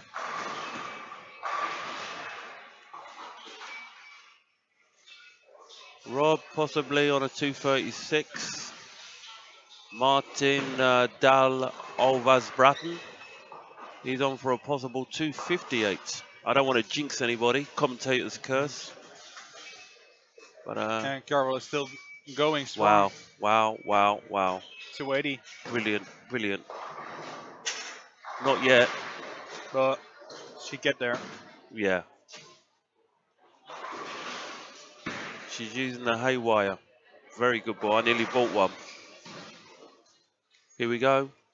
Oh my goodness. Flush. Great shot. Great shot, yeah. If I was doing a turkey for her, I'd be on throat lozenges. I wouldn't be able to talk afterwards. Good shot there from Chris to finish. 207. Yeah, this is just practice squats for them and see what's happening on the lanes. And yeah.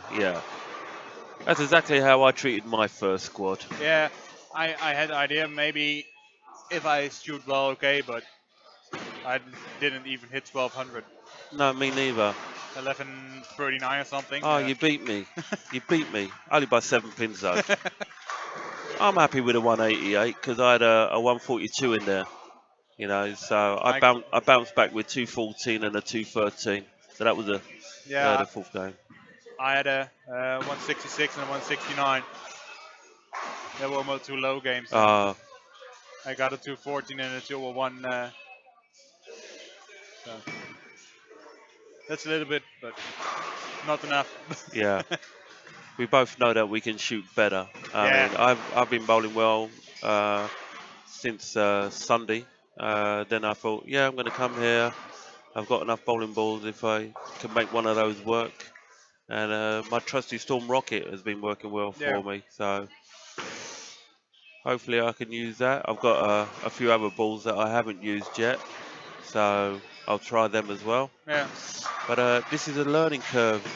You know, if you've entered more than one squad, you have to treat the first squad That's as a training. learning curve, Yeah. so you can improve on it. And then From the previous year, you know how the lanes are behaving and which lanes are hooking more or hooking Yeah. less than the other. But the conditions are still different and the players are different. And Yeah. that's the really big change from year to year and squad to squad as well.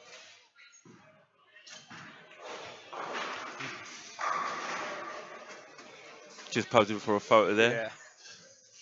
Now I did bring my Skyrocket,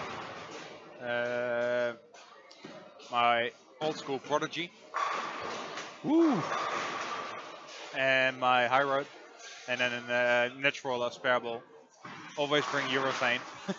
Just Well, to be sure. I was thinking about it. And then I thought, well, I'm bringing 5.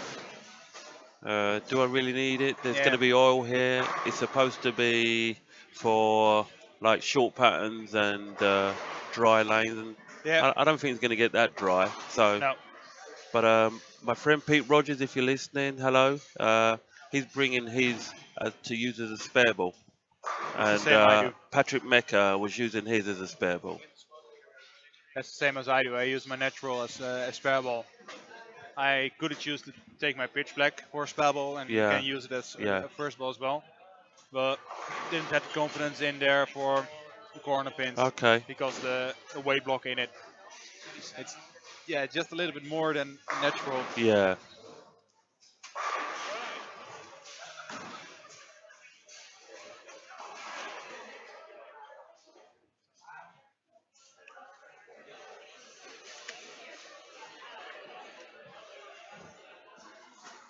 Yeah, Dom is leaving for the hotel. What room are we in again? 241. 241. Does that mean we're no longer live streaming? Yeah. Oh, on that one. On mine. Oh, I beg your pudding. Yeah, we used to do it on Dom's laptop, but... Did you pick the big bed or the small bed then? Big. I thought you would. I don't know why you asked him there. You're like, bigger than me. So, no, you have the small one. I'm having the big one. You should have flicked a coin. Yeah, but it was already late when Oh, we yeah, arrived of in course, the hotel. yeah. First come, first serve. They were in the hotel at 11 or something last night. So he was already to bed. I asked him, big or small bed. Didn't get an answer. Yeah. Big bed. There you go.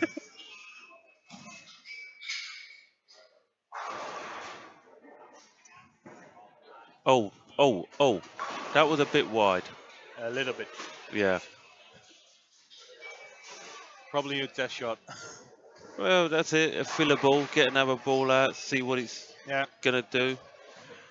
You know, then you take it into the next game or you put it back in the bag. That's what I did in the last couple of... Yeah, after game 3. Oh. I started with 198 and 214. It's not bad, but it could be better. But it still, gives some perspective for the next games. But and I hit 169 and practice.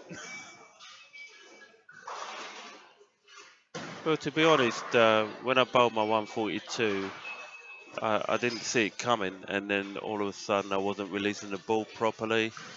I wasn't sure of the shot, and then I changed balls. My head suddenly cleared, and I knew what I was doing, and I shot 200, so that was good. Yeah, I made some adjustments to my finger inserts angles. Yeah. And after my squat, I let my rocket chip polish a little bit, just to get a little bit more length, because they all were rolling out and didn't have any energy left. Right. I tried to keep my fingers straight through my ball now to make the ball sit down more. put more revs on it. Yeah. And that's part of my game. I need to. Well bowled, Carol. Well done. That's something I try to do all the time, and it's a case of just tell yourself, reinforce that into your game. Yeah.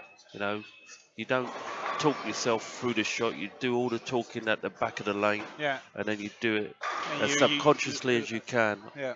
when you're bowling. That way, you're more relaxed. You're not putting yourself under pressure.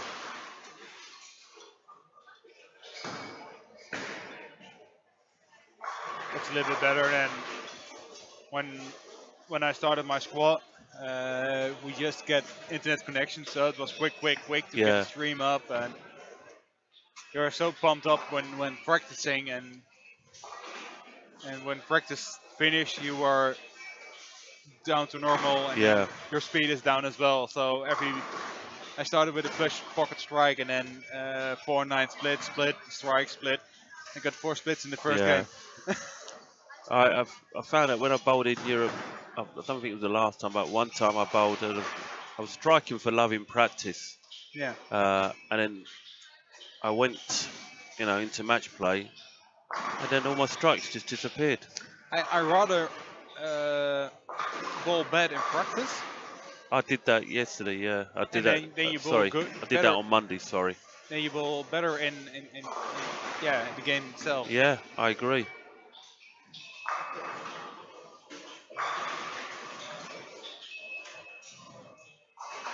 It's almost like when you're going for a car, like your driving test. Yeah. You make all the mistakes during the lesson before, and then you know what you're doing in the driving test, and you're fine.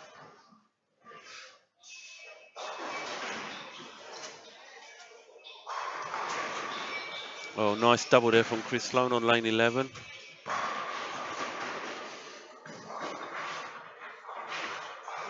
He's happy. Yeah.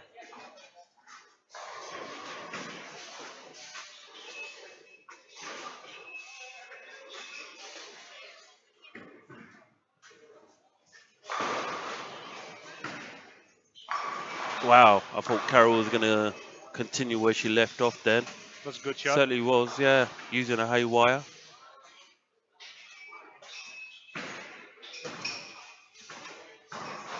Really thrown the ball well.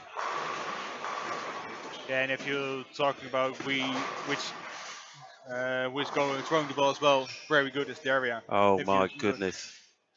I mean, if you put a microphone next to the lane, you wouldn't hear a ball. You heard just like plop, Yeah. finger inserts, and that's it. Yeah. Lovely. Really nice.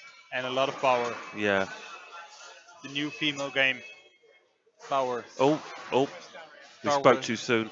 She just ditched it. Yeah. I didn't even hear it go in the gutter. That's how silent her ball is.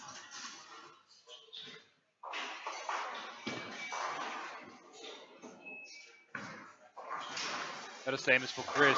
He throws the ball really quiet on the lane. Yeah.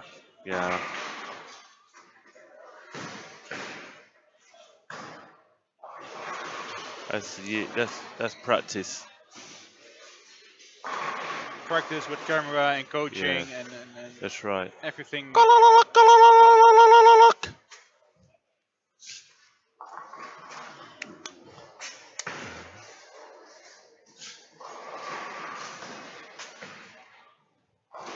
Oh.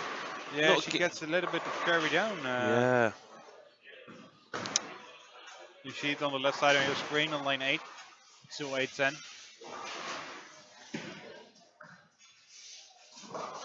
Oh. You know what they say? If you see a split, don't bowl. Yeah. Ooh, she Wow. almost She makes it. nearly spared it. Yeah. I was bowling in the Brunswick Euro Challenge, and Bill O'Neill left quite a few of those. I actually spared one, and he didn't spare any of his. I'm like, okay.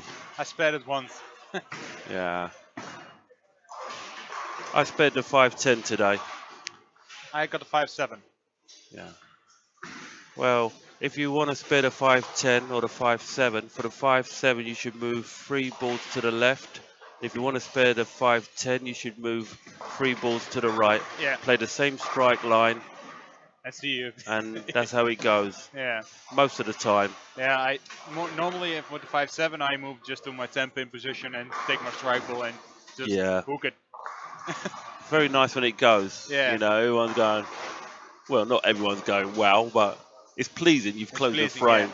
It could have been like. For your confidence, it's, Yeah, it's yeah. a little boost. Yes, that's right. Like, yeah.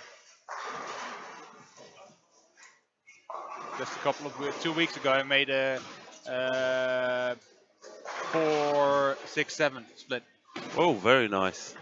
Just hitting the 4-pin really light but hard. Yeah, Kick back, took the 7, came and back. bounce up to the 6-pin. Nice. Well, for me, the split that was incredible was Don Barrett at the Brunswick Euro Challenge last year, the 4-6-7-10, and when that went, that was absolutely incredible. Yeah. That's not an easy spare to make at all, as we all know.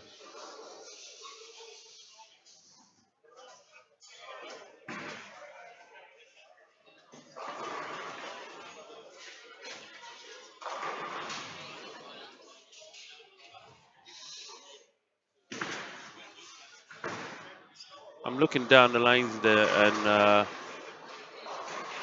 it's Pete Sampson. He's bowling quite well. He's had it's either an open or a spare with a turkey. He's rolling back the years. Wow. 4-7-10. Yeah. Who's left? Where's that? 4-7-10. Yeah, we saw it on lane 12. Raymond Garborg. Ah. Oh, wow. Very nicely done.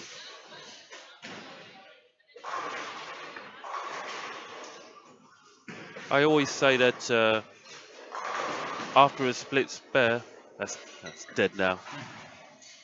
Dom kept me talking so long it went cold. Yeah, I always say that if after a split spare, you should strike. Oh, very nice. Had an ulterior motive to come here and try and get into the senior finals, but I don't think it's going to happen. No. No, there are a lot of good senior bowlers here this week. They're making it look very easy. Ex-national teams and Oh, it's that I didn't know. But how am I supposed to know? I think so. That because the level of those guys is so high. Well, we have John here, bowling on lane 8. John Stubbs Bang. Yeah. He's bowling very, very well. Yeah.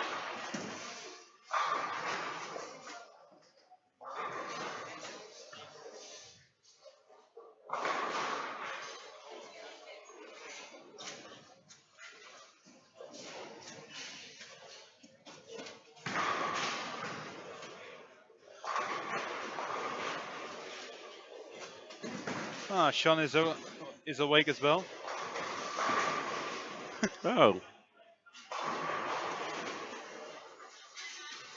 Hi, Sean. It's Simon and Selwyn, which is at the controls now. Dom's gone off to bed. Yep.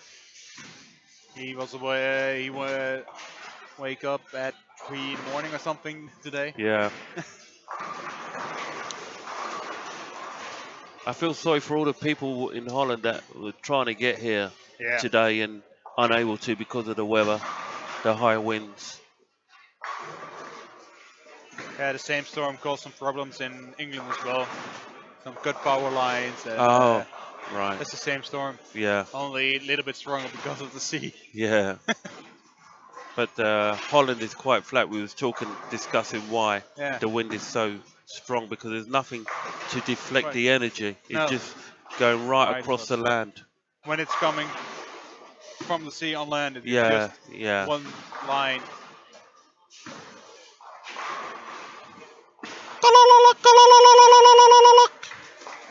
That's for Dario.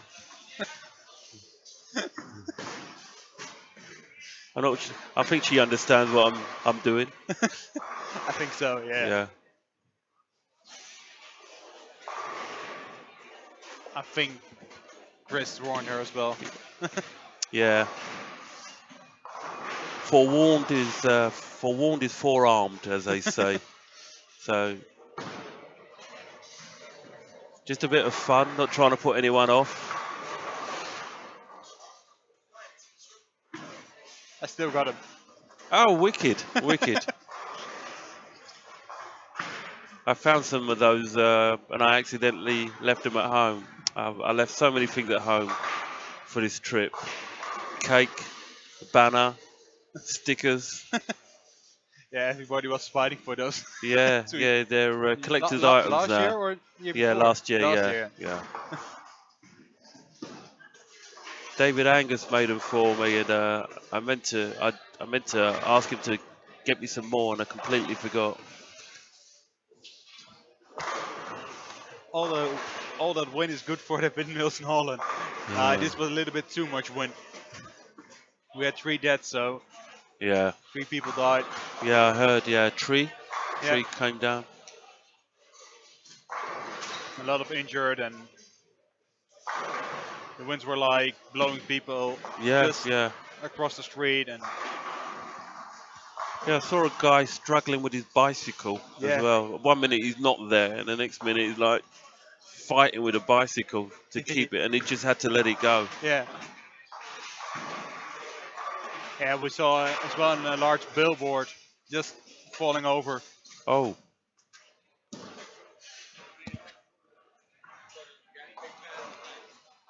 A lot of fences and all Yeah, that kind yeah. of stuff. Everything. Yeah, I don't know, jokes going around on Facebook in Holland.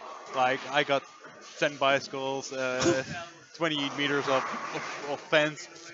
Who is missing something? yeah, it's all in my backyard. Yeah.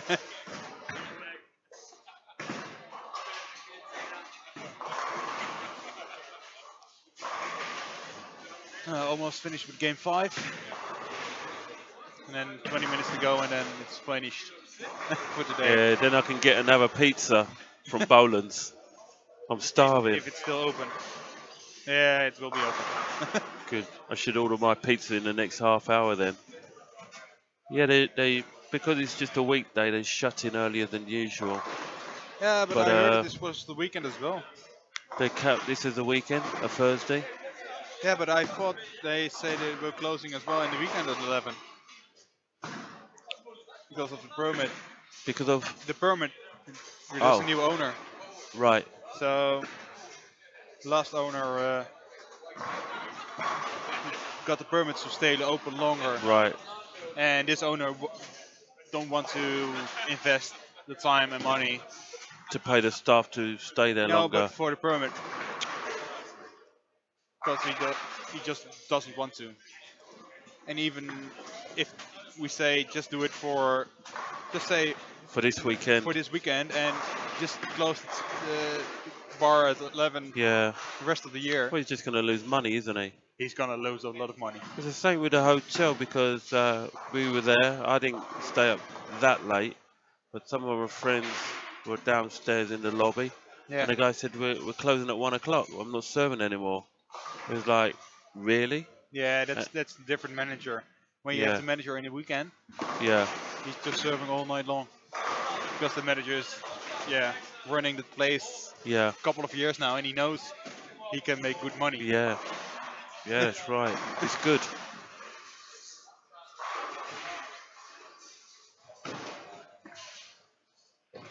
I mean, I think that, if Boland's is shut by 11, there's still other places to go to that be open after 11, surely.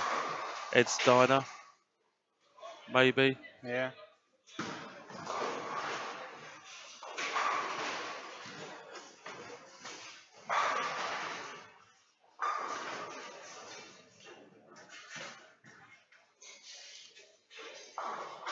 Chris Sloan throwing the honey badger. Yep, indeed. Yeah, he's thrown it very well.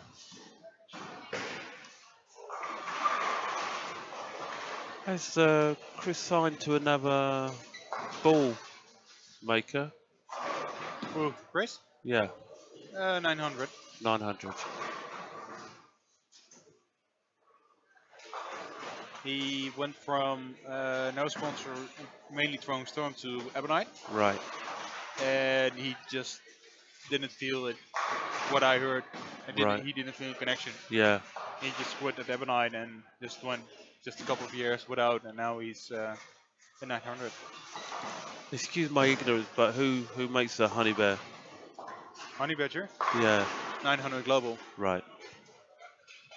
Yeah, I've heard it's a good ball.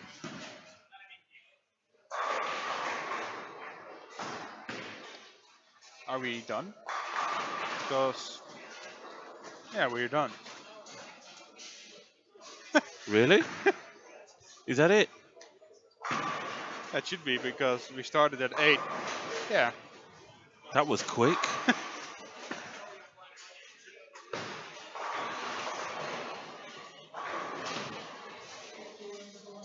You can get another pint. Yeah, get a pint and a bite to eat.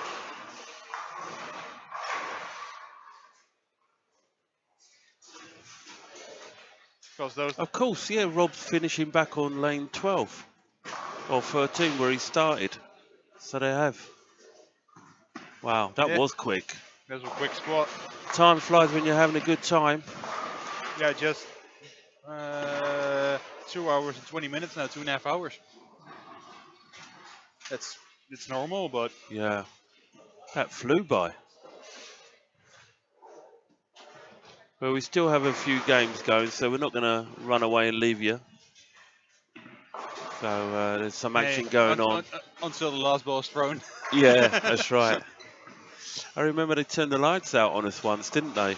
When we was leaving. Do you remember? That was that last year? Yeah, because with the final step, Yeah. we were like sitting here like, yeah. Okay. And we were sitting here and after final step 2 at Yeah. 2 at night. Are we gonna bowl now or tomorrow? Oh yes, yes, yes, Because, yes. it was with a Dutch guy and an English guy. Yeah. The Dutch guy was already in Bollands drinking. Yeah. That's right. It was all decided because he wanted a drink. So they had to bowl 9 and 10 frame the next morning. Very funny. Yeah, they adjusted the format this year. We're scheduled to finish at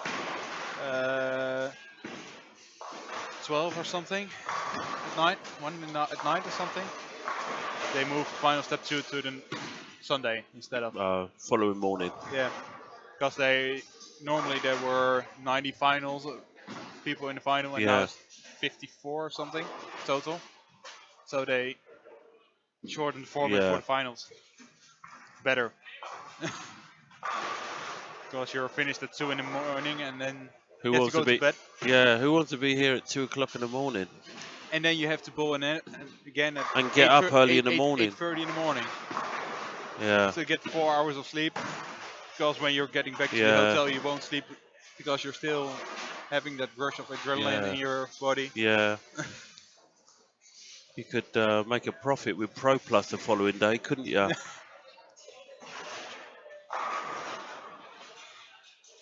Chris finishing off at 2:26. Very nicely done. Yeah.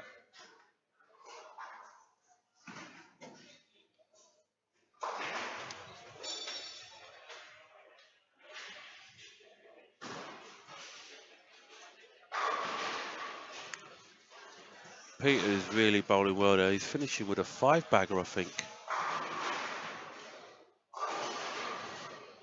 Yep. Yeah, we still have some people playing on the lanes 1 to 6. That's an mechanical failure, so they had to wait a little bit. Right.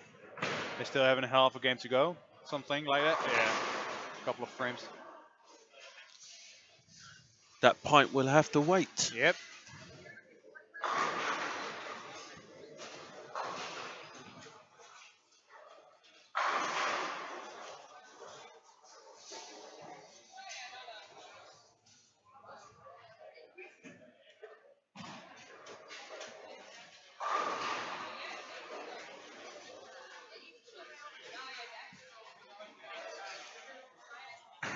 very hard to commentate when everything's so far away. Yeah, you're just watching it, what happens at the pins, and then Yeah.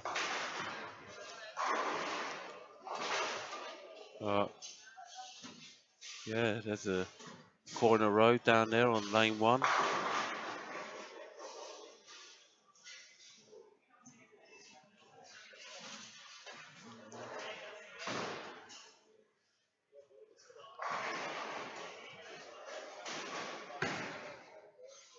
so people can watch them bowl. Yay, there you go, people. We got some action for you.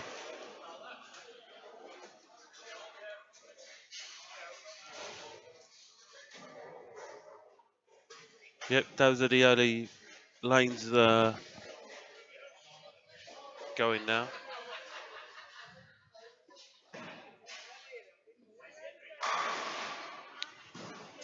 Great shot.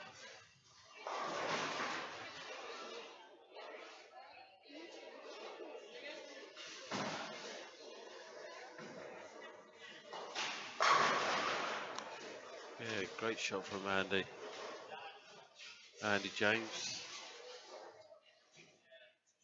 Jones, sorry. Tied.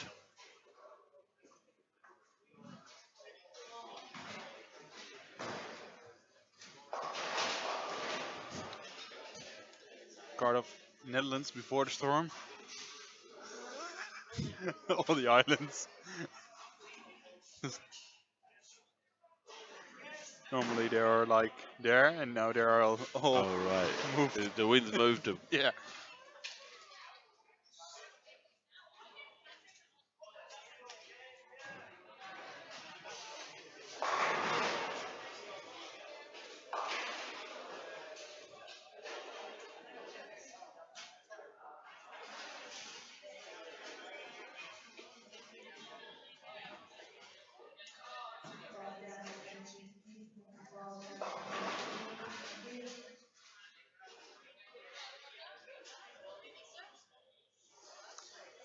Yeah, just finishing off game 6.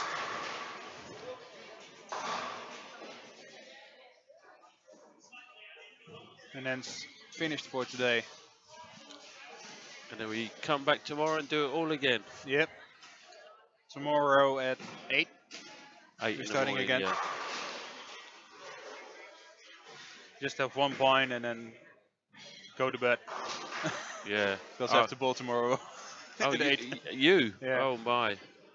I thought I was bowling at 8 in the morning, but I'm bowling 12 hours later after you. Yeah.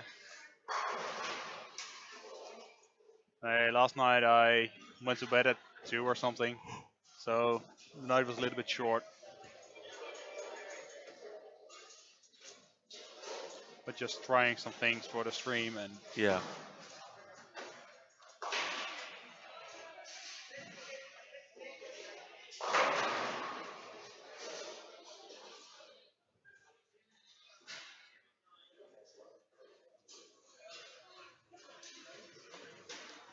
yeah, we have to turn off the lights and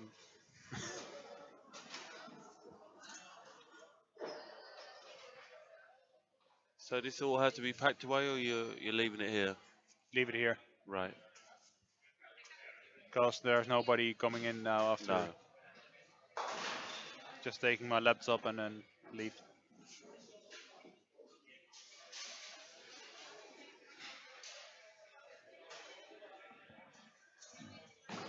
Just one more frame now. That's nearly it. Yep. Yeah, 1 and That's 2 it. are finished. 1 more ball. From Andy Jones. You can wrap things up here. And it's done. That's all, folks. So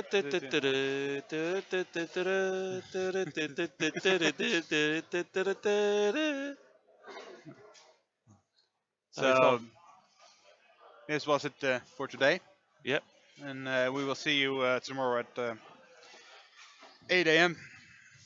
And then Well, you won't see me, but good luck to all the bowlers that are getting up super early in the morning to bowl in that squad. Don't forget to fuel up, get some breakfast in you, because it's You're going to need it. Yeah, that's for sure. So see you tomorrow and have a good night. Thank you very much.